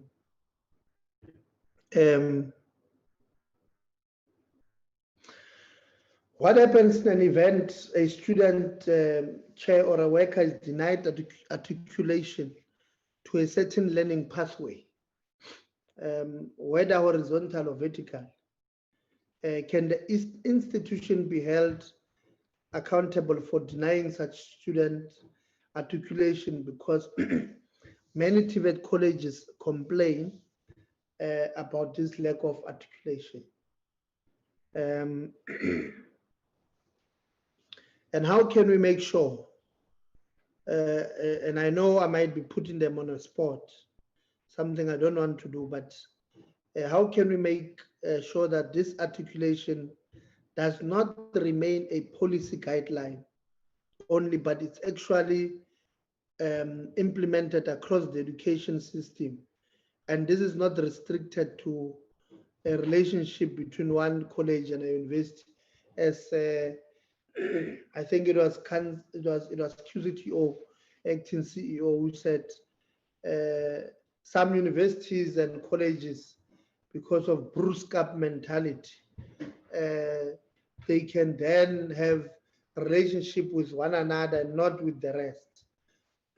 So I'm asking because they did say that on during their presentation. Yeah, but I think, Chair, you know, I do not want to waste anybody's time. Though that would have been my comment. But okay, maybe lastly, on what the DG just said now, that if NSFAS has funded you during your TVET days, it will be difficult for them to fund you during your university or University of Technology days. What is the DG proposing that we do with regard to that act? Because you know, generally, I don't think, because I was not able to be admitted at a university, and I went to a TVET college, did some few courses there with the hope of going into the university. Maybe I only studied for 1 year, TG, for some certificate, higher certificate of some sort. and as fast as, but you have acquired qualification, and you can now go, because for some reason I could not apply at the university on time, and then I went to do a door-to-door approach at the TVET, and I was accepted. And then the following year I applied on time, and the university accepts me. You know, sometimes I might not even finish there because of the N+1, because the +1 might be coming from the college thing. So what is the DG proposing that we do with that particular challenge? Because I think it's a challenge that needs a political will, Chairperson, that needs us maybe to look into policy, to look into the act there. And I think this portfolio committee is empowered by the constitution of this country and of parliament to try and look into those things. So I just need to understand what the DG then will propose, what we must do with that problem. Thank you very much, sir. Okay, thank you very much. The next person to speak is Honorable Mananiso. Okay, thank you, Chairperson. Let me welcome all the presentations that we have received. One must say that, Chairperson, indeed, it was a high-level presentations. However, one could understand in terms of what is the meaning and content of articulation policy. So my question is one that has been asked by Honorable Litsia to say, how are they going to ensure that this particular articulation policy is implemented, and what is in place in terms of monitoring mechanism of this particular articulation policy? And Chairperson, I just want to check what are the possibilities that we are being furnished with a program of action in terms of what are the plans, short, medium, and long term, with regards to communication. Because what one has experienced is that with issues of your NQF levels, issues of registration in terms of SAQA, and issues of RPL, other people, they become victims of institutions based on the fact that they don't understand what is it when we speak of this particular standards. So I want to check as well, what are the possibilities that we are being given institutions who are registered actually under SAQA in terms of NQF levels, so that at least as members of parliament, we are able to know, and when people are asking us in terms of if we know of certain certain institutions we are able to say we do know, and how one actually identifies if that particular standard, is it registered or is it in line with whatever that it permits per the policy.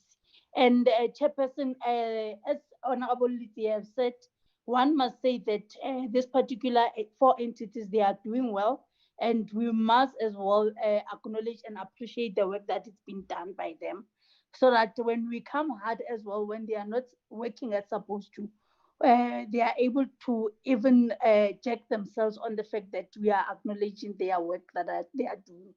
And lastly, Chairperson, is with regard to the compliance in terms of all institutions, TVET and universities, with regards to articulation policy, to say, are all these particular institutions complying? And if not, what is it, the consequence management that is in place with regards to that?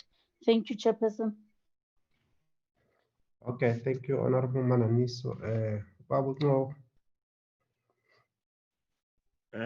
Thank you very much, Honorable Chairperson. I'm trying to my video. Can I talk without? It's not responding, Chairperson. Okay, no, it's fine. You can continue. Thank you very much, Chairperson. Chairperson, one must thank the presentations that have just been made. My concern is almost similar to the Honorable Letsia's concern of a matriculant going to the TVET college,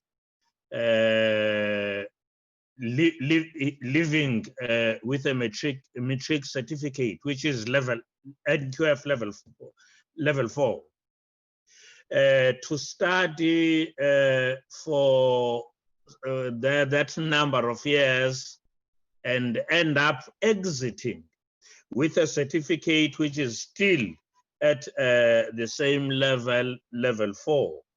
That one is a cause for worry. Honorable Letsia talked about level 2, and my information was that you end up with level 4, but maybe there could be explanations to that. I don't know whether this one, Honorable Chairperson, fits exactly in these presentations and discussion.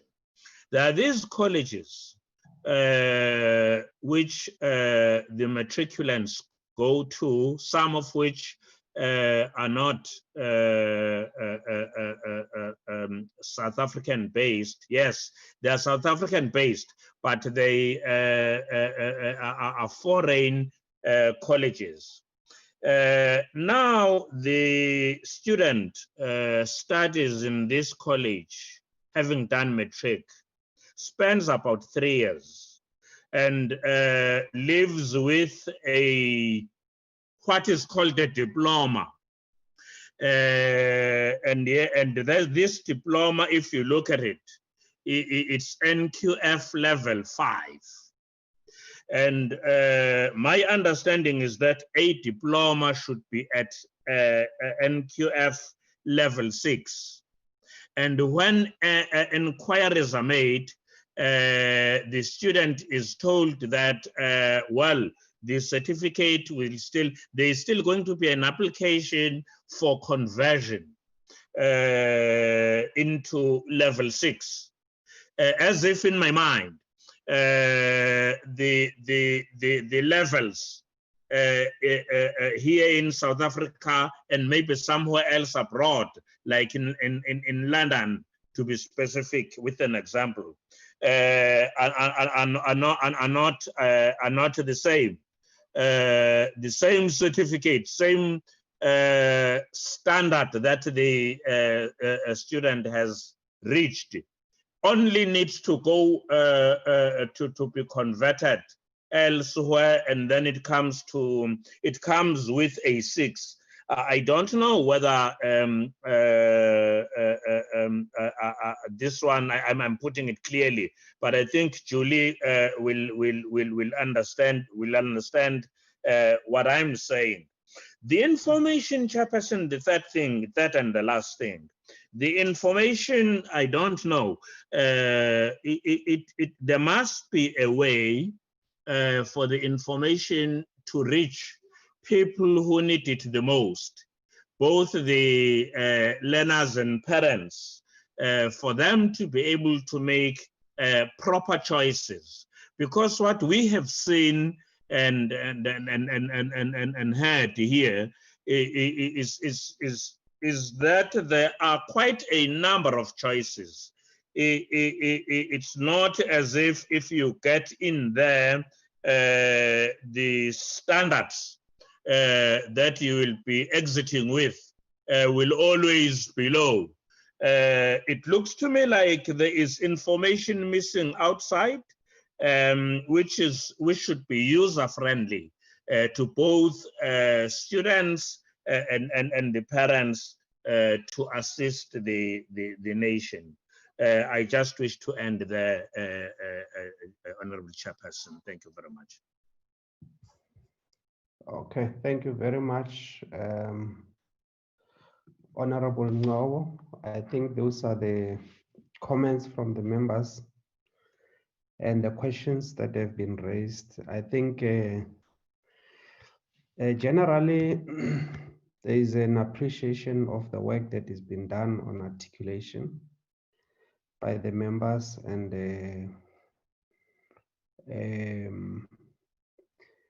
although the presentations were at a bit at a high technical level, which they should, because these are technical issues. It's not that we were complaining that they shouldn't be at a technical level. They should, because the question of articulation is quite a technical issue. So of course they have to be at that level, and I think the members does appreciate and acknowledge the good work that is being done. I think from my side, I would like to find out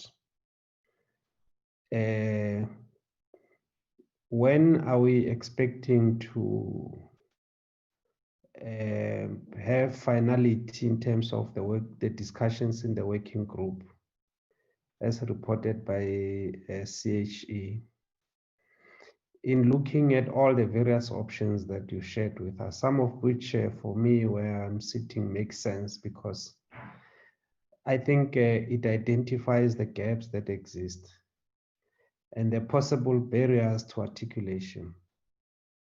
The CHE presentation, I think it does not only define the problem statement, but it identifies ways at which these issues can be attended to. I think there's quite a number of scenarios and possible options that have been presented, and I think that they must be discussed. We must get some feedback as to the progress of that discussion, because I think they will help, particularly the possible introduction of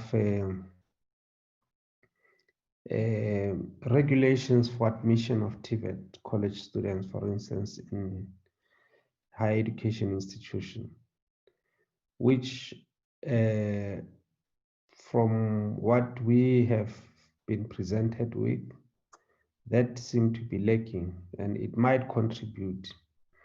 Well, in addition to the financial issues that the DG is raising, that could also be another possibility that it is left to the discretion of higher education institution, and as a result, it's not been properly attended to.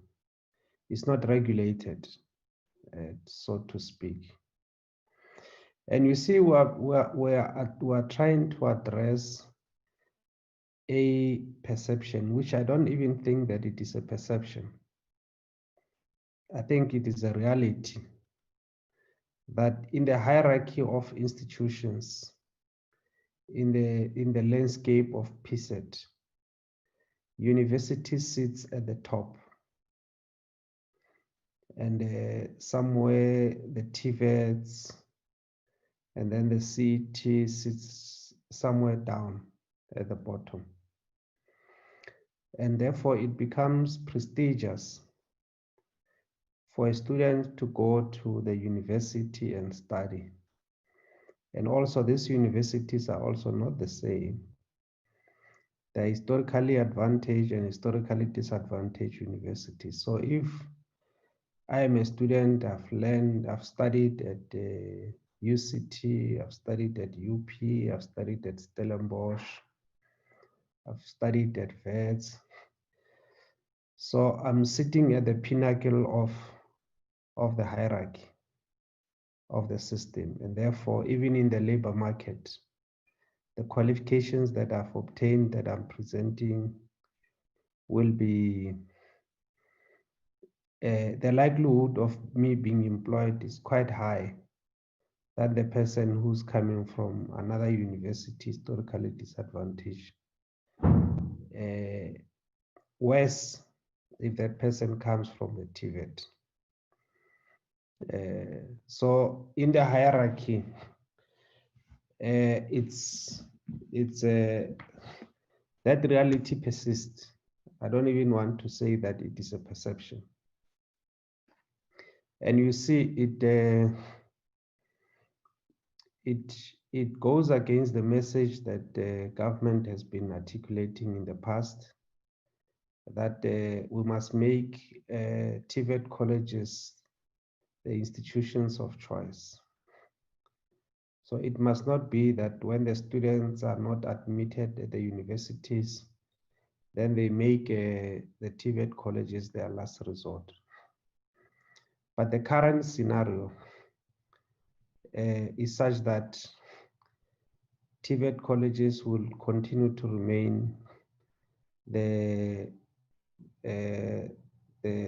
institutions where are not the first choice, but they are what is remaining, the last choice for the students.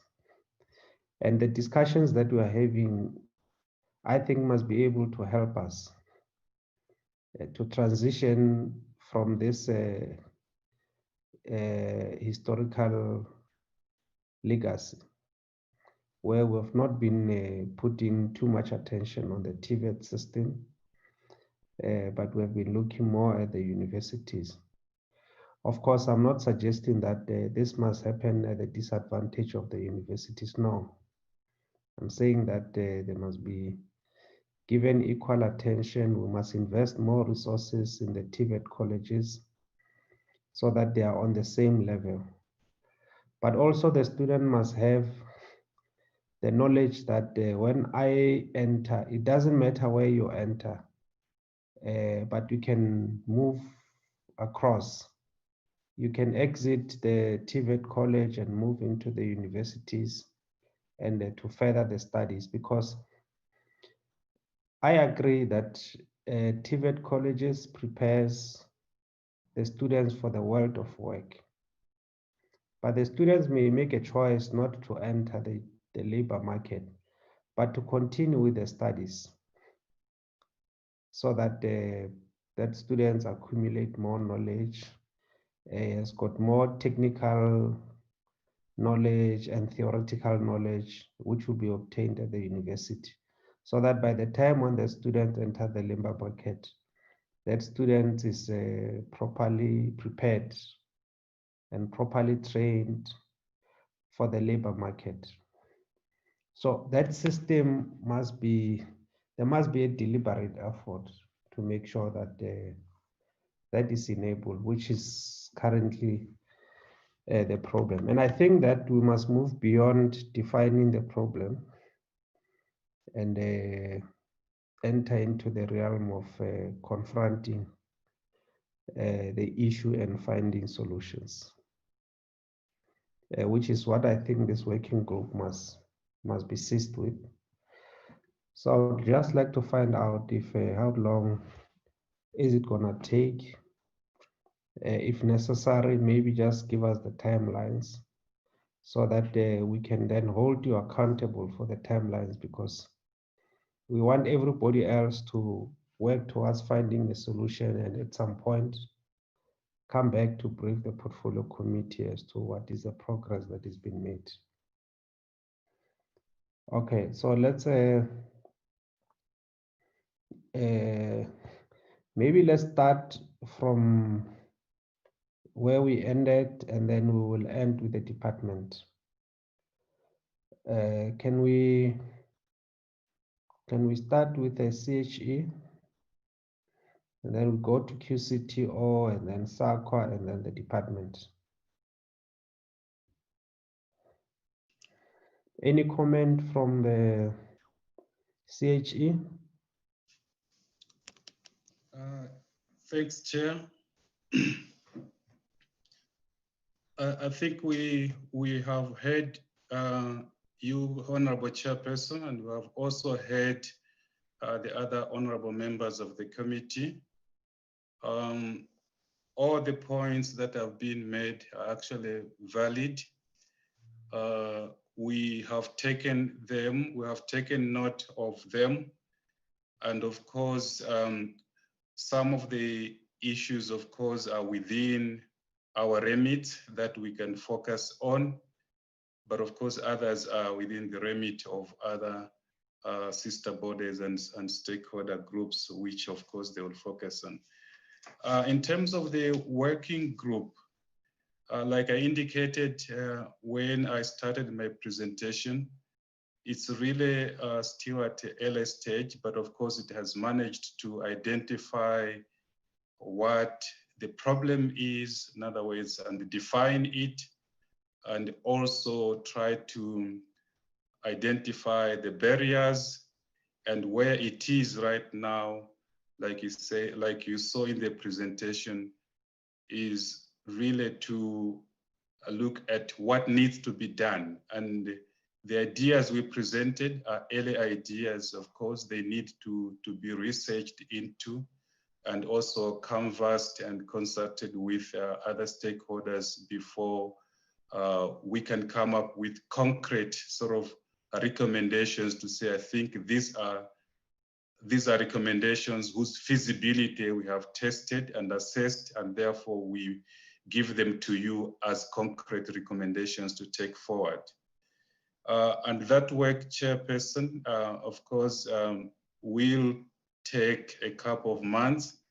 And of course, let us also not forget that this working group is operating not only under the aegis of the CHE, but also under the aegis of the CEO committee. So whatever is going to come up with, of course, will have first of all to be presented to the CEO committee for further recommendations.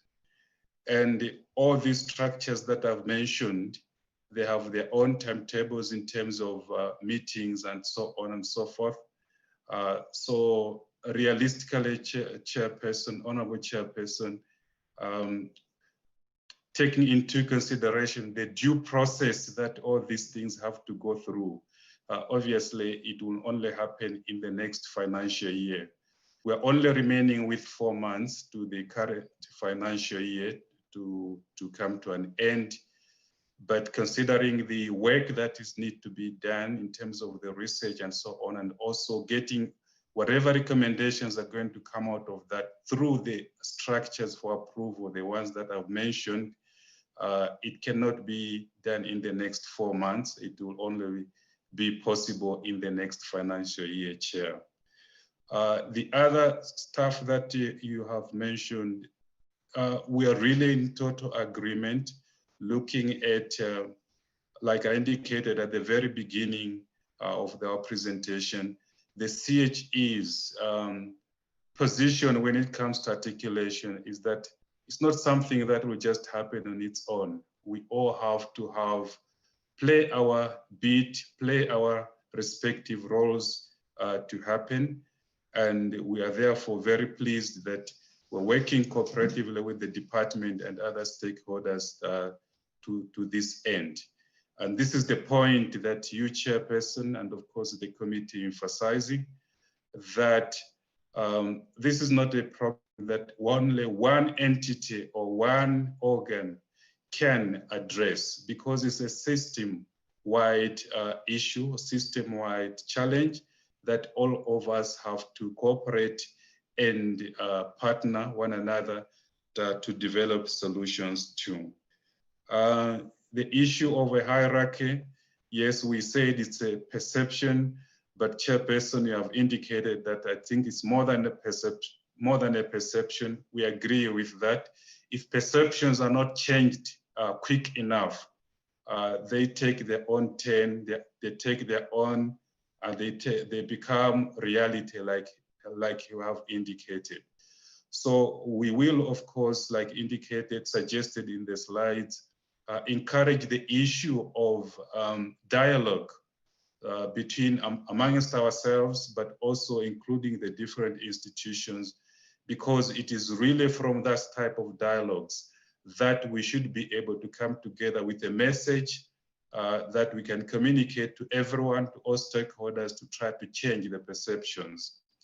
As Honorable Letsia indicated earlier on, it's the issue really of communication, creating awareness, creating sort of understanding that the TVET sector is not an inferior sort of institution, and that it is, and that it is nothing, there is nothing wrong for one to have a TVET college as an institution of choice. And actually we should be able to communicate that message. If we communicate that message in unison, without talking across or cross purposes, surely we should be able to get that message. Already Chairperson, Honorable Chairperson, and honorable members, we should acknowledge the amount of funding that has already gone into the TVET sector, and that it is the responsibility of all of us to make sure that that funding yields the intended results, and therefore we can support from wherever we are in whatever ways possible to us. Of course, our authority and our remit is limited, but we take that into consideration. But whatever we can to support, we should be able to do that. And you would see that those are some of the proposals we included in the presentation, Chairperson. Let me pause there, Chairperson.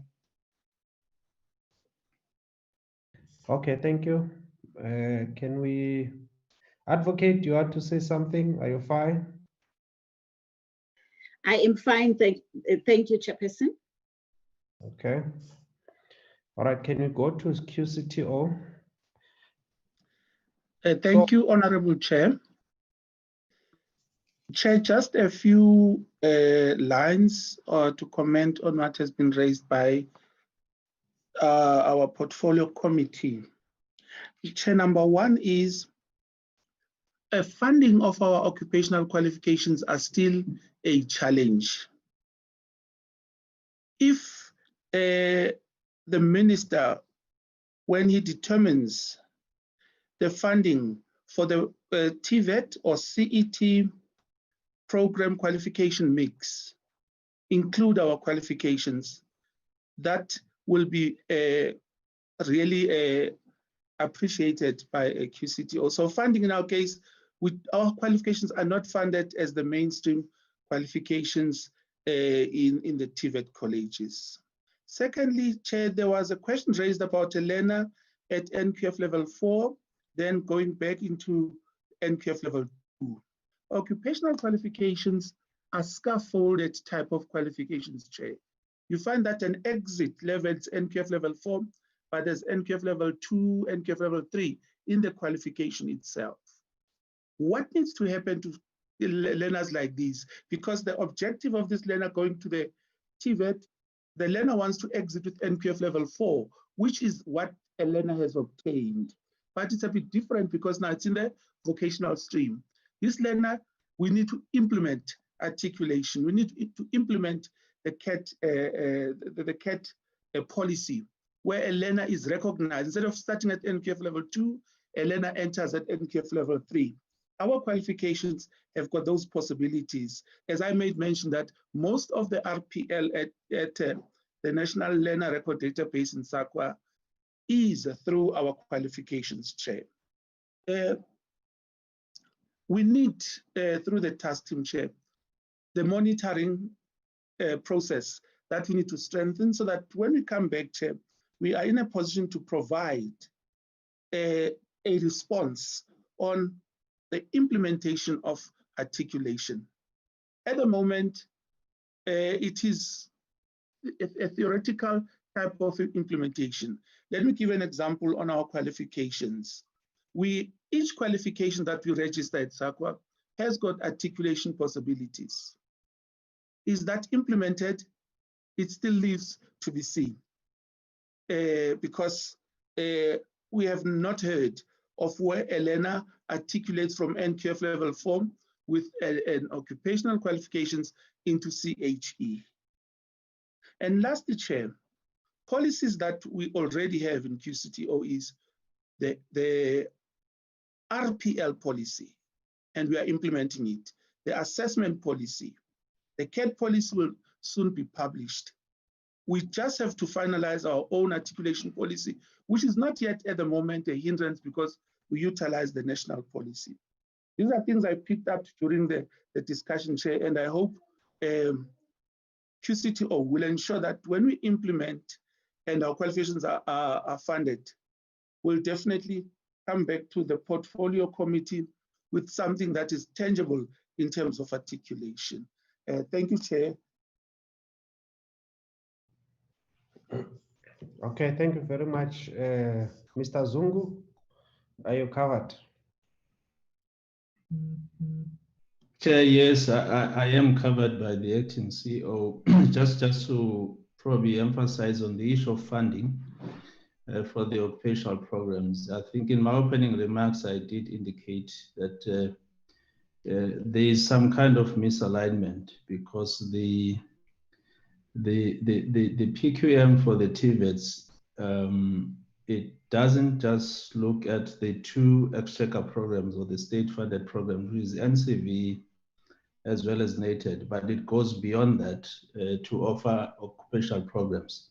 But the challenge with that is that there is no guaranteed funding for such programs. So as a result, you find low interest from the TVET colleges to look into those programs. So there needs to be some kind of engagement and alignment between what the SETAs, because these programs will probably be funded through SETAs or through NSF or maybe other form of funding. But I think there has to be a discussion around the funding of the occupational programs. But also, being a former principal myself, I think we welcome the development of the qualifications. I think it was presented by Dr. Bolton in terms of the programs that are meant to capacitate and develop the TVET staff from a junior degree up to a PhD level, because we have seen such practices in countries like your Switzerland and your Germany, that they have such programs. And I think it's a great move that we are seeing in that space as well. But in terms of having a grade 12 moving to do NCV from level 2 to level 4, I hope acting DDG for TVETs, Ms. Singh, is present, because she'll probably have to clarify that one more as to how does it happen and what is it that the department has done in addressing that one, Chair. So thank you very much, Chair. Okay, thank you. Can we move to SAQA? Thank you, Chair. I will just follow up on the areas that have not been addressed. Just to say that, yeah, the issue about the, going from a level 4 down to a level 2, one of the big issues we are trying to address and, are in high-level discussions across the NQF space is the parity of esteem, as the QCTO has raised, and the CHE and the DHET about parity of esteem of qualifications, and to note that the NCV at level 4 is a school leaving certificate. It's an exit point, which is equivalent to the National Senior Certificate. And so the fact that the learner who has the National Senior Certificate has to go back to level 2 is a structural problem that we are addressing, as Mr. Lata has alluded to. So I just want to go to the next point. I think Honorable Letsia mentioned what happens if students are denied admission to a learning program or articulated qualifications, and how do we ensure such blockages and barriers are reduced?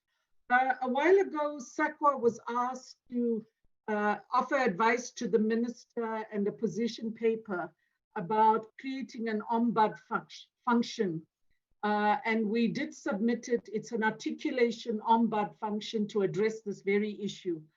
I think the DA took into consideration, and the minister, but SAQA's proposal, and a decision was made that the DHET would assume this function until further notice. So I'll let the DHET speak to that. But students then are welcome to raise these issues, and I know we have a lot of consultations going back and forth between the DHET and SAQA, and I'm sure with the other entities, of such issues trying to be addressed and resolved. The next point is SAQA does not register institutions, Chair. The registration of private higher education institutions are done at the DHET level.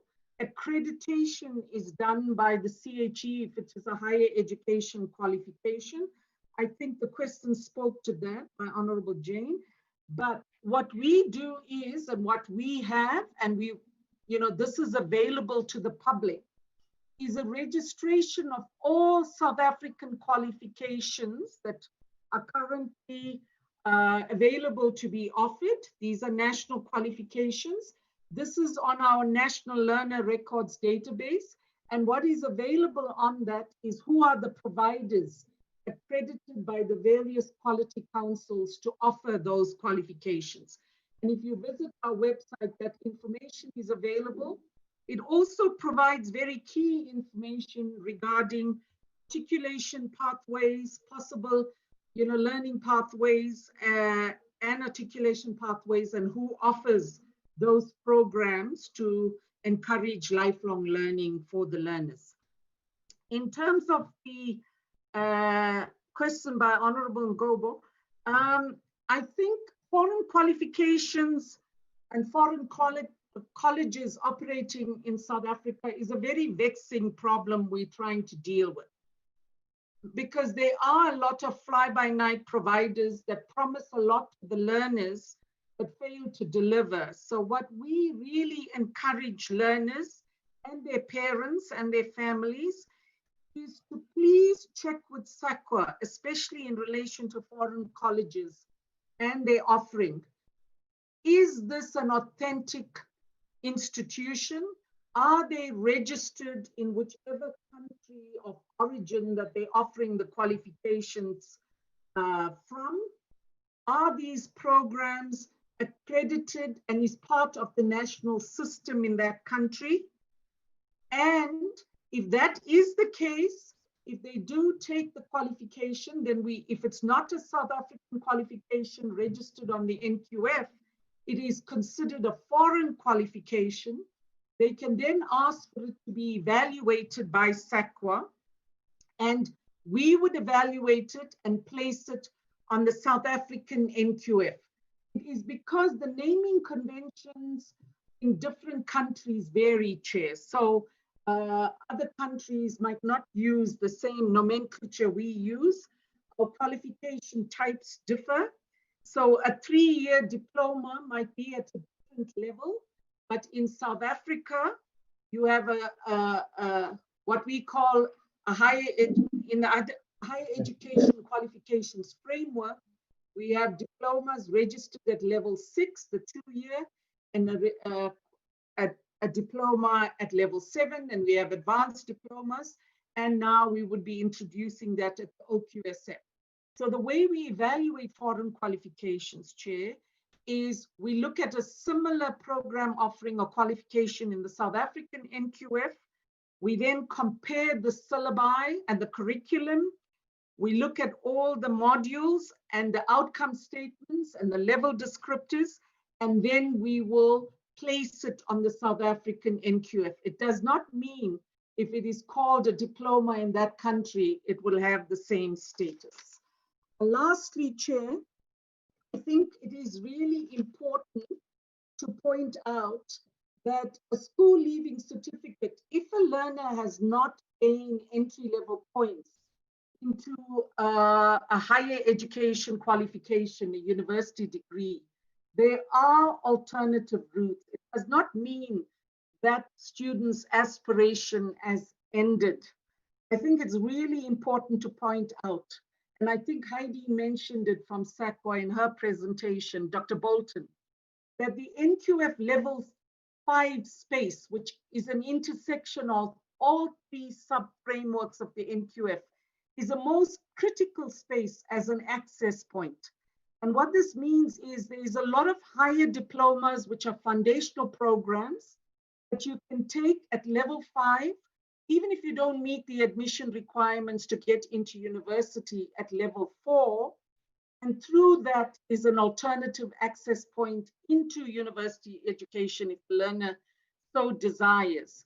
And that's why the work that we have done, the TVET articulation into the higher education space, has given learners a lot of entry that they were previously restricted from because they didn't get the eligible points when they did their national senior certificate or their NCV or other school leaving certificates.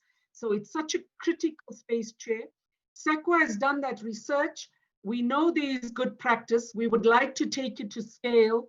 Unfortunately, you know, due to our funding crisis, you know, we won't be able to do that, but we know the other entities in the DHET would do that. Lastly, Chair, we do really focus on our communication and information dissemination initiatives. In fact, SAQA is mandated in terms of the NQF Act to you know, advocate and disseminate information so parents and learners can make informed choice. We are looking, because we can't do it on a face-to-face basis and it's an expensive exercise, SAQA is offering a series of webinars. We package infographics and other advocacy and communication initiatives.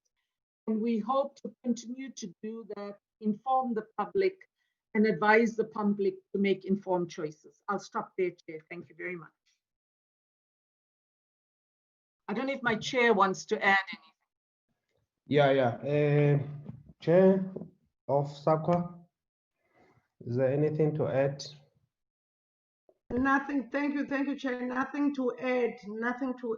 But besides appreciating the good words of commendation of the good work that SAQA is doing, and to emphasize that my preoccupation at the moment is on the looming retrenchments at SAQA.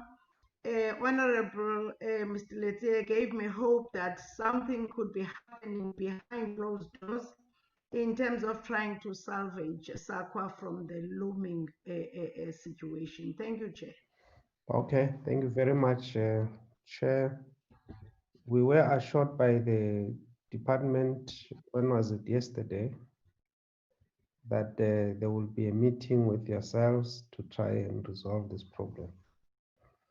We have encouraged. Thank you so much, Chair. The department, DG. Oh, thank you very much, Chair. And also thank my colleagues, honorable members, for enriching this particular subject matter, which is so important for the country. This is a culmination of work that has taken quite a lot of intensity and time And it became possible only through coordination and cooperation amongst ourselves. And I want to thank the quality councils as represented here today in respect to our work in a very coordinated fashion through NQF Steering Forum, as well as other mutually reinforcing activities that we undertake and support to each other over and above that. Now, all our institutions are accountable and they understand the outcomes of our policy pronouncements on this matter.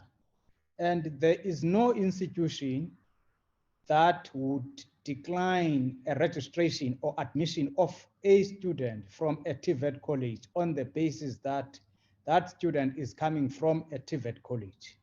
The only matter at times that gets confused is the specific admission requirements in a particular program in an institution. For instance, here is a student who has done NCV at a TVET college, and this student wants to do, let's say, medicine.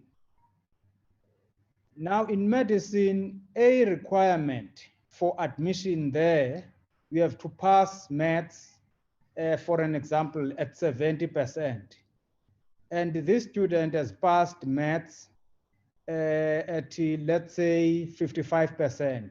Therefore, in respect to that particular program, in that institution, you don't qualify for admission to it, but you do qualify for other variety of programs that you want to pursue in the same institution, for an example. And in any instance where it could be encountered that a student would be declined admission on the basis of having studied at a TVET college, we would like to be made aware of that, and we quickly address it because there's no room for it in the system. We've overcome that hurdle a long time ago. Secondly, Chair, in respect to this question of funding, if I may just clarify, it's one of the areas that in some quarters construed to be still a barrier that if you have been funded through NSFAS in a TVET college, then going further, you don't qualify. We still encounter some perceptions or misinformation in that respect, but as a policy matter, we have addressed that as government as well as the respective entity that is NSFAS, that students from TVET colleges who want to pursue their studies further, they are allowed to apply and qualify for NSFAS if they are meeting the requirements. It's a matter that we just need to communicate, clarify it further, because it still creates some stumbling blocks in some instances. I think that's the point I was trying to emphasize in this respect. That in terms of policy, it has been resolved. But in terms of practice, however, in terms of practice, we still encounter some glitches here and there. It's just a matter of emphasis, communication, and ensuring that students are not denied access on the basis of that. There's a point, Chair, in respect to grade 12s at level 4 of NQF, going to a TVET college and register at level 2 of NCV, and therefore repeating. When we picked up this problem, members are correct.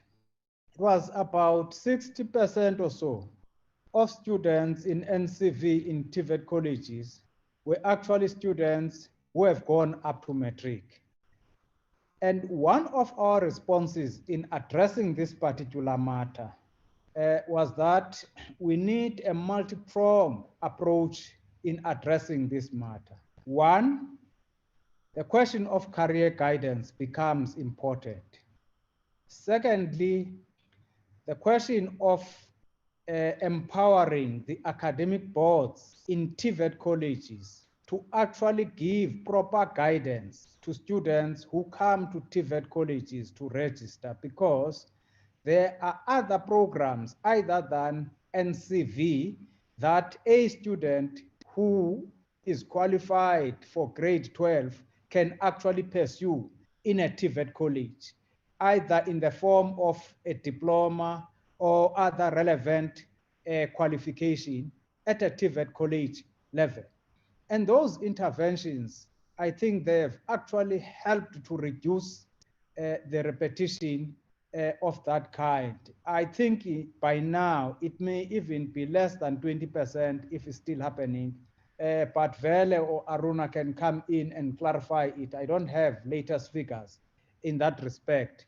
And also it's on the basis of that experience as well that in our engagements with basic education that led to the introduction of three-stream model was also informed by that experience as to how should we be preparing the entire education system in the country so that it's able to articulate quite properly in its various pathways. And I think the chair is making a very good point in respect to this question of perceptions that we should actually be addressing in the system. I normally emphasize on this particular matter that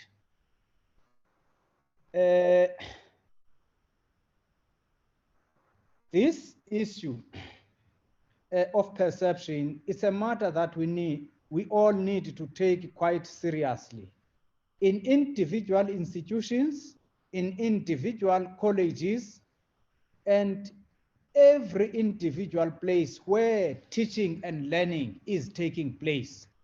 Because the prestige of an institution is derived primarily from the perceived prestige of its academic programs and qualifications thereof. Whether it's a school, as a parent, when you look at taking your child to school, you look for a school that is known for teaching, discipline, and all those related matters as a package.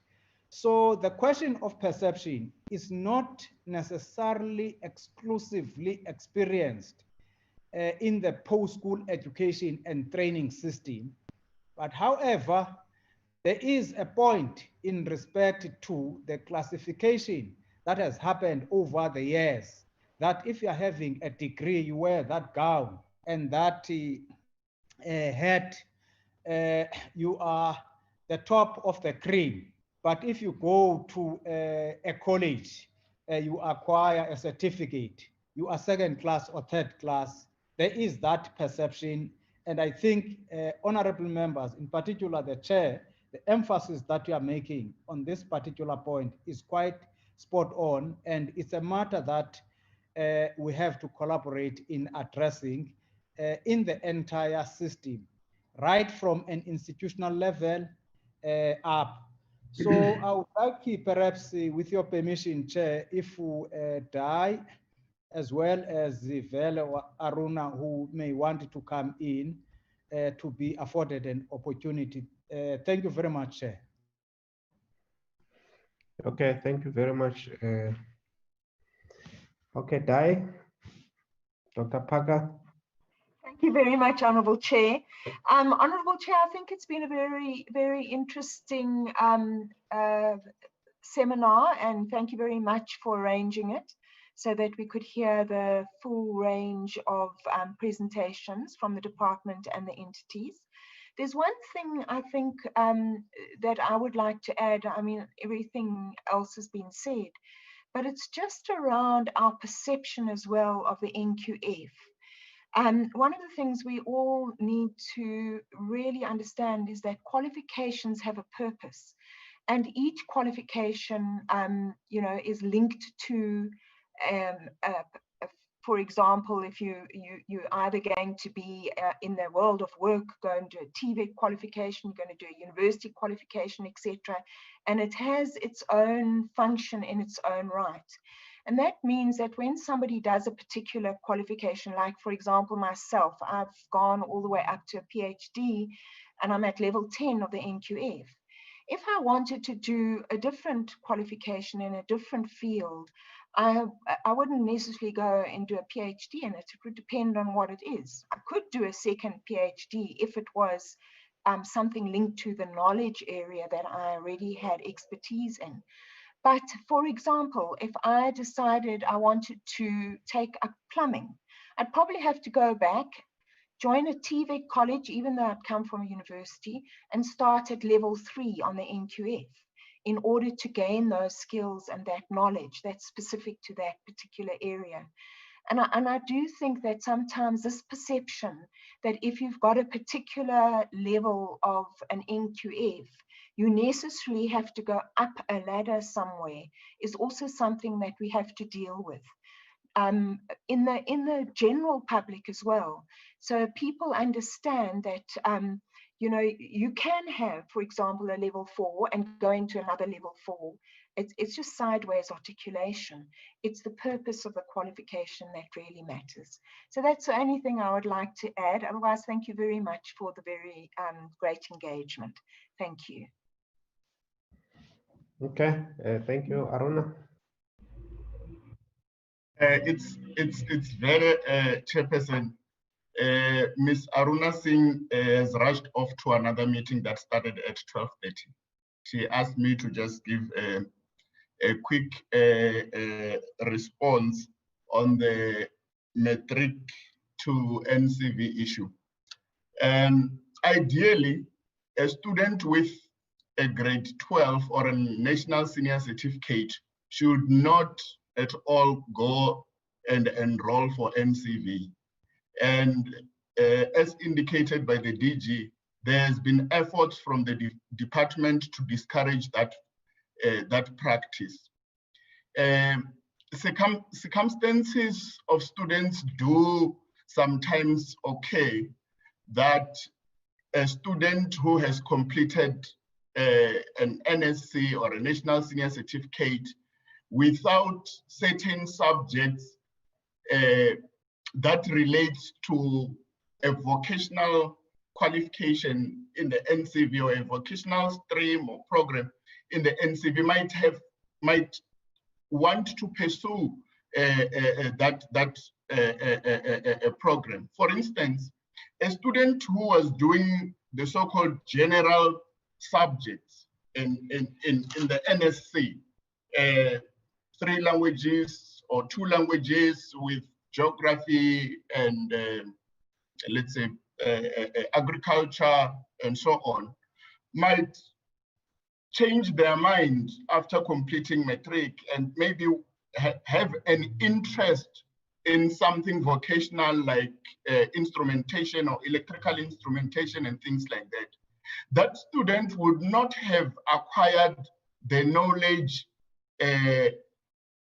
in their NSC in the electrical and instrumentational vocational learning. So a student like that may decide to pursue a vocational program like the NCV in that field. And what we have currently is that there are possibilities of credit transfer in terms of maybe the mathematical literacies or the languages that the student have completed. But in terms of the vocational learning that the student needs to undergo in the NCV, the student would not have brought anything from the NSC. And that's why they have, or they start at NCV 2. It is only for that reason. And we have tried to advocate for students not to cross over from the NSC to the NCV but there are all those dimensions that comes in. But the numbers have decreased a lot since we started making these efforts with colleges so that they can discourage students from doing that. I just want to also add something that was raised, I think, by Honorable Mananiso regarding where they can get information on colleges, the registrations of colleges that they suspect that perhaps they might not have gone through the normal registration channels, or they are offering programs that they're not supposed to offer. The department does publish a list of registered colleges on their website. They update it from time to time. So that information is available on the departmental website. Thank you. Thank you very much. Sorry, Chairperson, can I come in here? I don't have a hand. I can't lift it. If I may ask to speak, please. It's Trudy. You don't have a hand. No, I'm very disadvantaged. I'm disabled. No, you must click on the participants, and it will show you a list of participants, and then you go to the bottom, and then it will indicate, and then you click on raise hand, and then yeah, you see. Got it. I got it. Thanks for that. Okay. I just want to respond on one issue that was raised by Honorable Ngobo. This is about the NITED qualifications. When a matriculant writes a grade 12, at this stage, we recommend he or she not going into the NCV, but going into the NITED studies, where they complete N4 and 5 and 6. And I think it was rightfully said so. There are 3-part qualifications up to level 5. When that student either complete, depending on the area that he or she is studying, must complete 18 months or 24 months practical or work integrated learning. And then he or she obtained the national diploma that's at NQF level 6. And that's where the confusion comes in. In 4, 5, and 6 are NQF level 5 up to NQF level 5 part qualifications. And you need that work integrated learning to complete the national diploma. And that is where that confusion in this, I think there's just too much numbers in this game. Thank you. Okay, thank you. Honorable Ngobo, you want to come in there? Yeah, well, my video. Well, I seem to be answered right now, partly because I wanted to make a follow-up, Chair. But the kind of a follow-up was going to be some kind of a concern, because I'm talking about a living person here who has submitted some certificates to SAQA so that it could be checked whether he qualifies for conversion maybe to a higher level or not.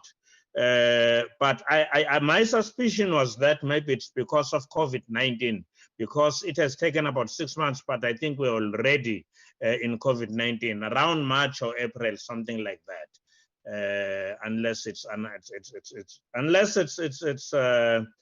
what I've just heard now. All right, maybe let's just get Julie from SAQA just in 2 minutes, if you can just respond to that question in a very direct and simplified way about the student who obtains a qualification, wants it to be converted, and all of that. Are you able to do that again?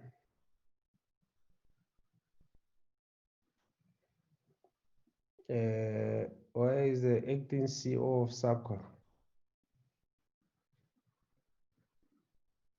Gone.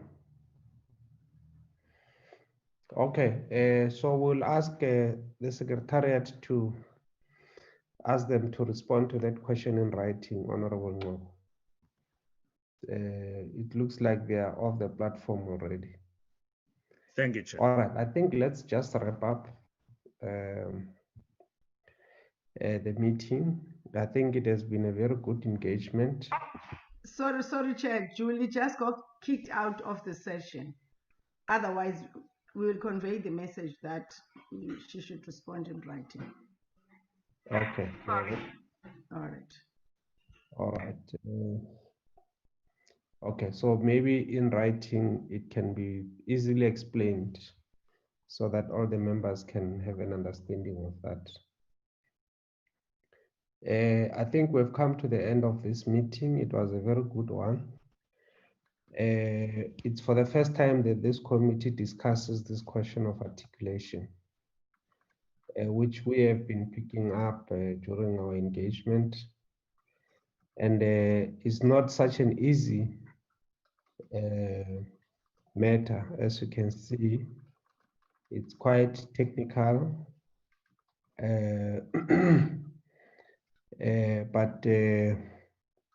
but I think we have been able to do justice to it. I think, as they say, the duty of a revolutionary is his ability to explain complex concepts and questions to an ordinary person.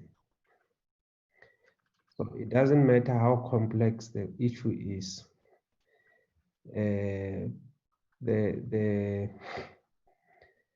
The ability to explain those complex issues is what makes a person to understand and to comprehend all these matters. Because if you can understand matters to be complex and you're not able to simplify them to an ordinary lay person, then there is no need for you then to be operating at that level, because you may be operating at an abstract level, not able to explain these things to people who are able to understand them.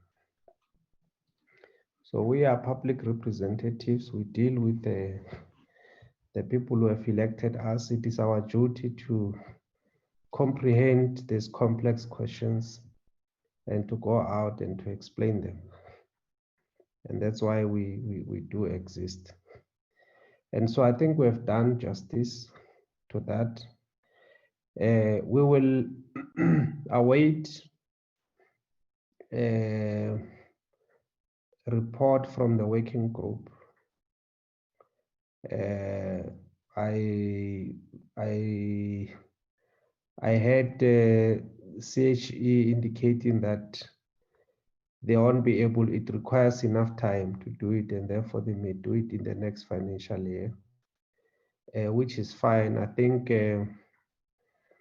for us, we will then have to schedule a follow-up briefing in the third term next year when we come back. So the first term will leave the second, and probably between June and September next year, we will schedule a follow-up engagement where we'll ask that we must be given feedback on the progress of the discussions that are taking place in the working group around this question of articulation.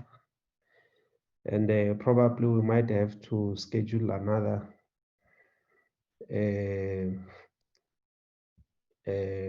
engagement as we receive the progress report, to also get the views of others within the sector as to how they understand this question. What are the proposals in terms of addressing this question of articulation?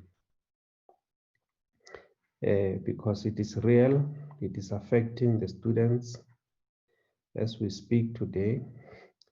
It is not abstract. It's something that the majority of our students are contending with this on a daily basis, especially during admission. That's when this thing gets to hit them that day, you can't progress here. You have to start afresh somewhere. But yeah, and then there's an issue of funding. NSFAS has got this rule of N+2. So meaning they will fund a student who qualifies for 3 years, and they will add additional 2 years to allow that students to obtain that qualification. But beyond that, they will not be able to fund. So I think we agree with the rationale behind this rule, and we fully support that we must allow the students, because you see funding is limited, and if you get funded, you must get into the system, obtain your qualification, and leave the system. And an undergraduate qualification, for instance, is a qualification that can enable the students to enter the market, the labor market, and to be employed. And once you are employed, you can be able to earn a salary and fund your studies, further studies, and to allow other students to come into the system. Just like that. That one we understand, and I think we agree with, we fully support. But there's been instances where, for instance, a student would register at an institution of higher learning, study, not able to complete because of whatever reasons, including finances. That students will then not continue with the studies. And then in the system of that university, the students will still be existing in the system as having continued on the system despite the fact that that student had not registered. So there will be, so it's gonna be regarded, the first year is regarded as the first year, and then the second year, it shows that the student is still on the system despite the fact that it's no longer there. And when that student is supposed to get to be funded, this N+2 then applies. So the N+2 one must not be applied in the manner that we have come across cases where they get brought to us that it has been applied in this manner, and we think that that was not the original intention. The original intention is for the students to come in, funded by NSFAS the first year, and then the student goes through the system up to that year. If the student does not complete, is allowed another year and then another year. So it's going to be 5 years of funding for the students. And if the students does not complete, then the students will not be funded anymore. But how it's applied now is becoming problematic, and I think we may have a dedicated discussion on that, but that's a topic for another day. Otherwise, thank you very much. Thank you, honorable members. We took long. Chairperson, if you don't mind. Honorable Ngwabo. Chairperson, I think there is something wrong, maybe from the side of the host, because it's happening for the second time today that I failed to go through the video. But there is a display now that I have noted, which was saying the video is disabled by the host. I'm just saying it so that it doesn't continue maybe in future, and it's not an issue, Chair. Okay. All right. You know, these gadgets can be quite technical. normally when you enter, when you come into the platform, it will indicate whether you want to join with the video or not. So you must click join with video. And then you get to be admitted, and then it says join with audio, so that you can have an audio and a video at the same time. So if you have skipped the video, it's difficult to want to switch on the video. So it's maybe it's those technicalities, Honorable Ngobo. Maybe let's investigate and then find out what the issue is. But you see, we can see you now. You know what I did? I clicked on your video and I enable you to, because I am the host. But when you enter the platform, please enter with the video on, so that you are able to switch on and switch off your video. No, thanks, Chair. Otherwise, thank you very much, members and the guests. It has been a good meeting. This meeting is adjourned. Tomorrow we are not meeting. There's nothing on Friday. Yeah, there's nothing on Friday. So we'll meet again next Tuesday. Thank you very much. The meeting is adjourned. Sorry, Chair, we have the BRRR reports. Thank you, Chairperson. We have a report. Oh, BRRR. BRRR reports, Comrade. Sorry. Honorable members. Is BRRR reports two of them? Eh? Yes, sir. Okay. Can I get members to comment on them? Honorable Chair. Yes, Honorable Mananis. Okay, thank you, Chair. I would start commenting on the DSI one. I've noted that everything is in order. However, I want to add on the recommendation with regards to people of disability being prioritized. On the recommendation, it speaks only on procurement issues.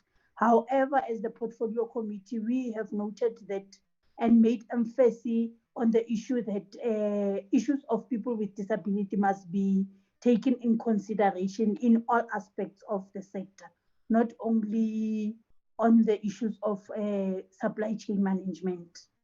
So that's the only thing that I've seen as an omission.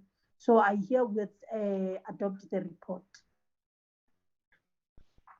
Okay, Honorable Mananiso, move for the adoption on DSI or all the reports? All the reports. I just wanted to make emphasis on the issue of the DSI. I actually adopt both reports. Okay. Honorable Mananiso, move for the adoption of all the reports with the correction on DSI. Okay. Can I get any seconder? Honorable Honorable, I'm seconding with amendments, Chair. Okay, thank you. Honorable Ngobo is seconding with that amendment. Honorable Litsie? I'm thirding with the amendments. Okay. The motion is sufficiently supported, overwhelmingly supported, so the reports are agreed to. Any other thing, members? Yes. Can I continue? 1 second. Yeah. Chair, last year we did ask the department to look into the issue of equalizing NSFAS allowances on food allowance and accommodation allowances and all of those smaller things. It was, I think, last year, September, Chair, when we did that, and then we're told that there's a task team that is looking into that. I thought maybe, Chair, we can look into our space. I know January is coming, February is coming, the new academic year will resume. I thought by now at least we would have finalized that part. I think, Chair, it's something that we must urgently look into before, again, at the beginning of the financial year, we've got strikes at the beginning of the year. So it has been over a year now. So at least the task team must, from the department, can come and give us their findings, Chair. Thanks. Okay. All right, thank you very much. I think we'll look at that, a possible briefing on this equalization of allowances to TVET and university students. We'll look at that and then see how we can, how we program that. It is only going to happen in next year, in the first quarter probably. The department will be asked to prepare for that. Otherwise, thank you very much, honorable members. Let's meet again in the next meeting. This meeting is adjourned. Thank you. Thank you, Chair. Thank you. Thank you. Thank you. Thank you, Chair. Honorable Botov. Listening. Why are you behaving like a spy? You just come to the meeting to keep quiet. No, I'm listening. No, you must not behave like a spy. Now I will be a very dumb spy. Thank you very much, my brother. I'm listening well. Enjoy your week. We will see you in Parliament later on today. Yeah, are you there next week? Yes. In Cape Town? Yes. Oh, okay, then we'll see there. I'll be in Cape Town again next week. Okay, my brother. Okay. Have a nice day. I'm not a spy, Honorable Litsi. No, you can't be. You can't be. You can't be a spy.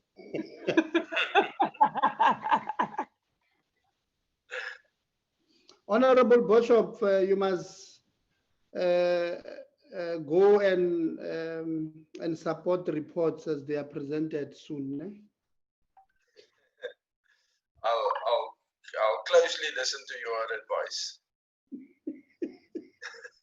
All right. Okay. Goodbye.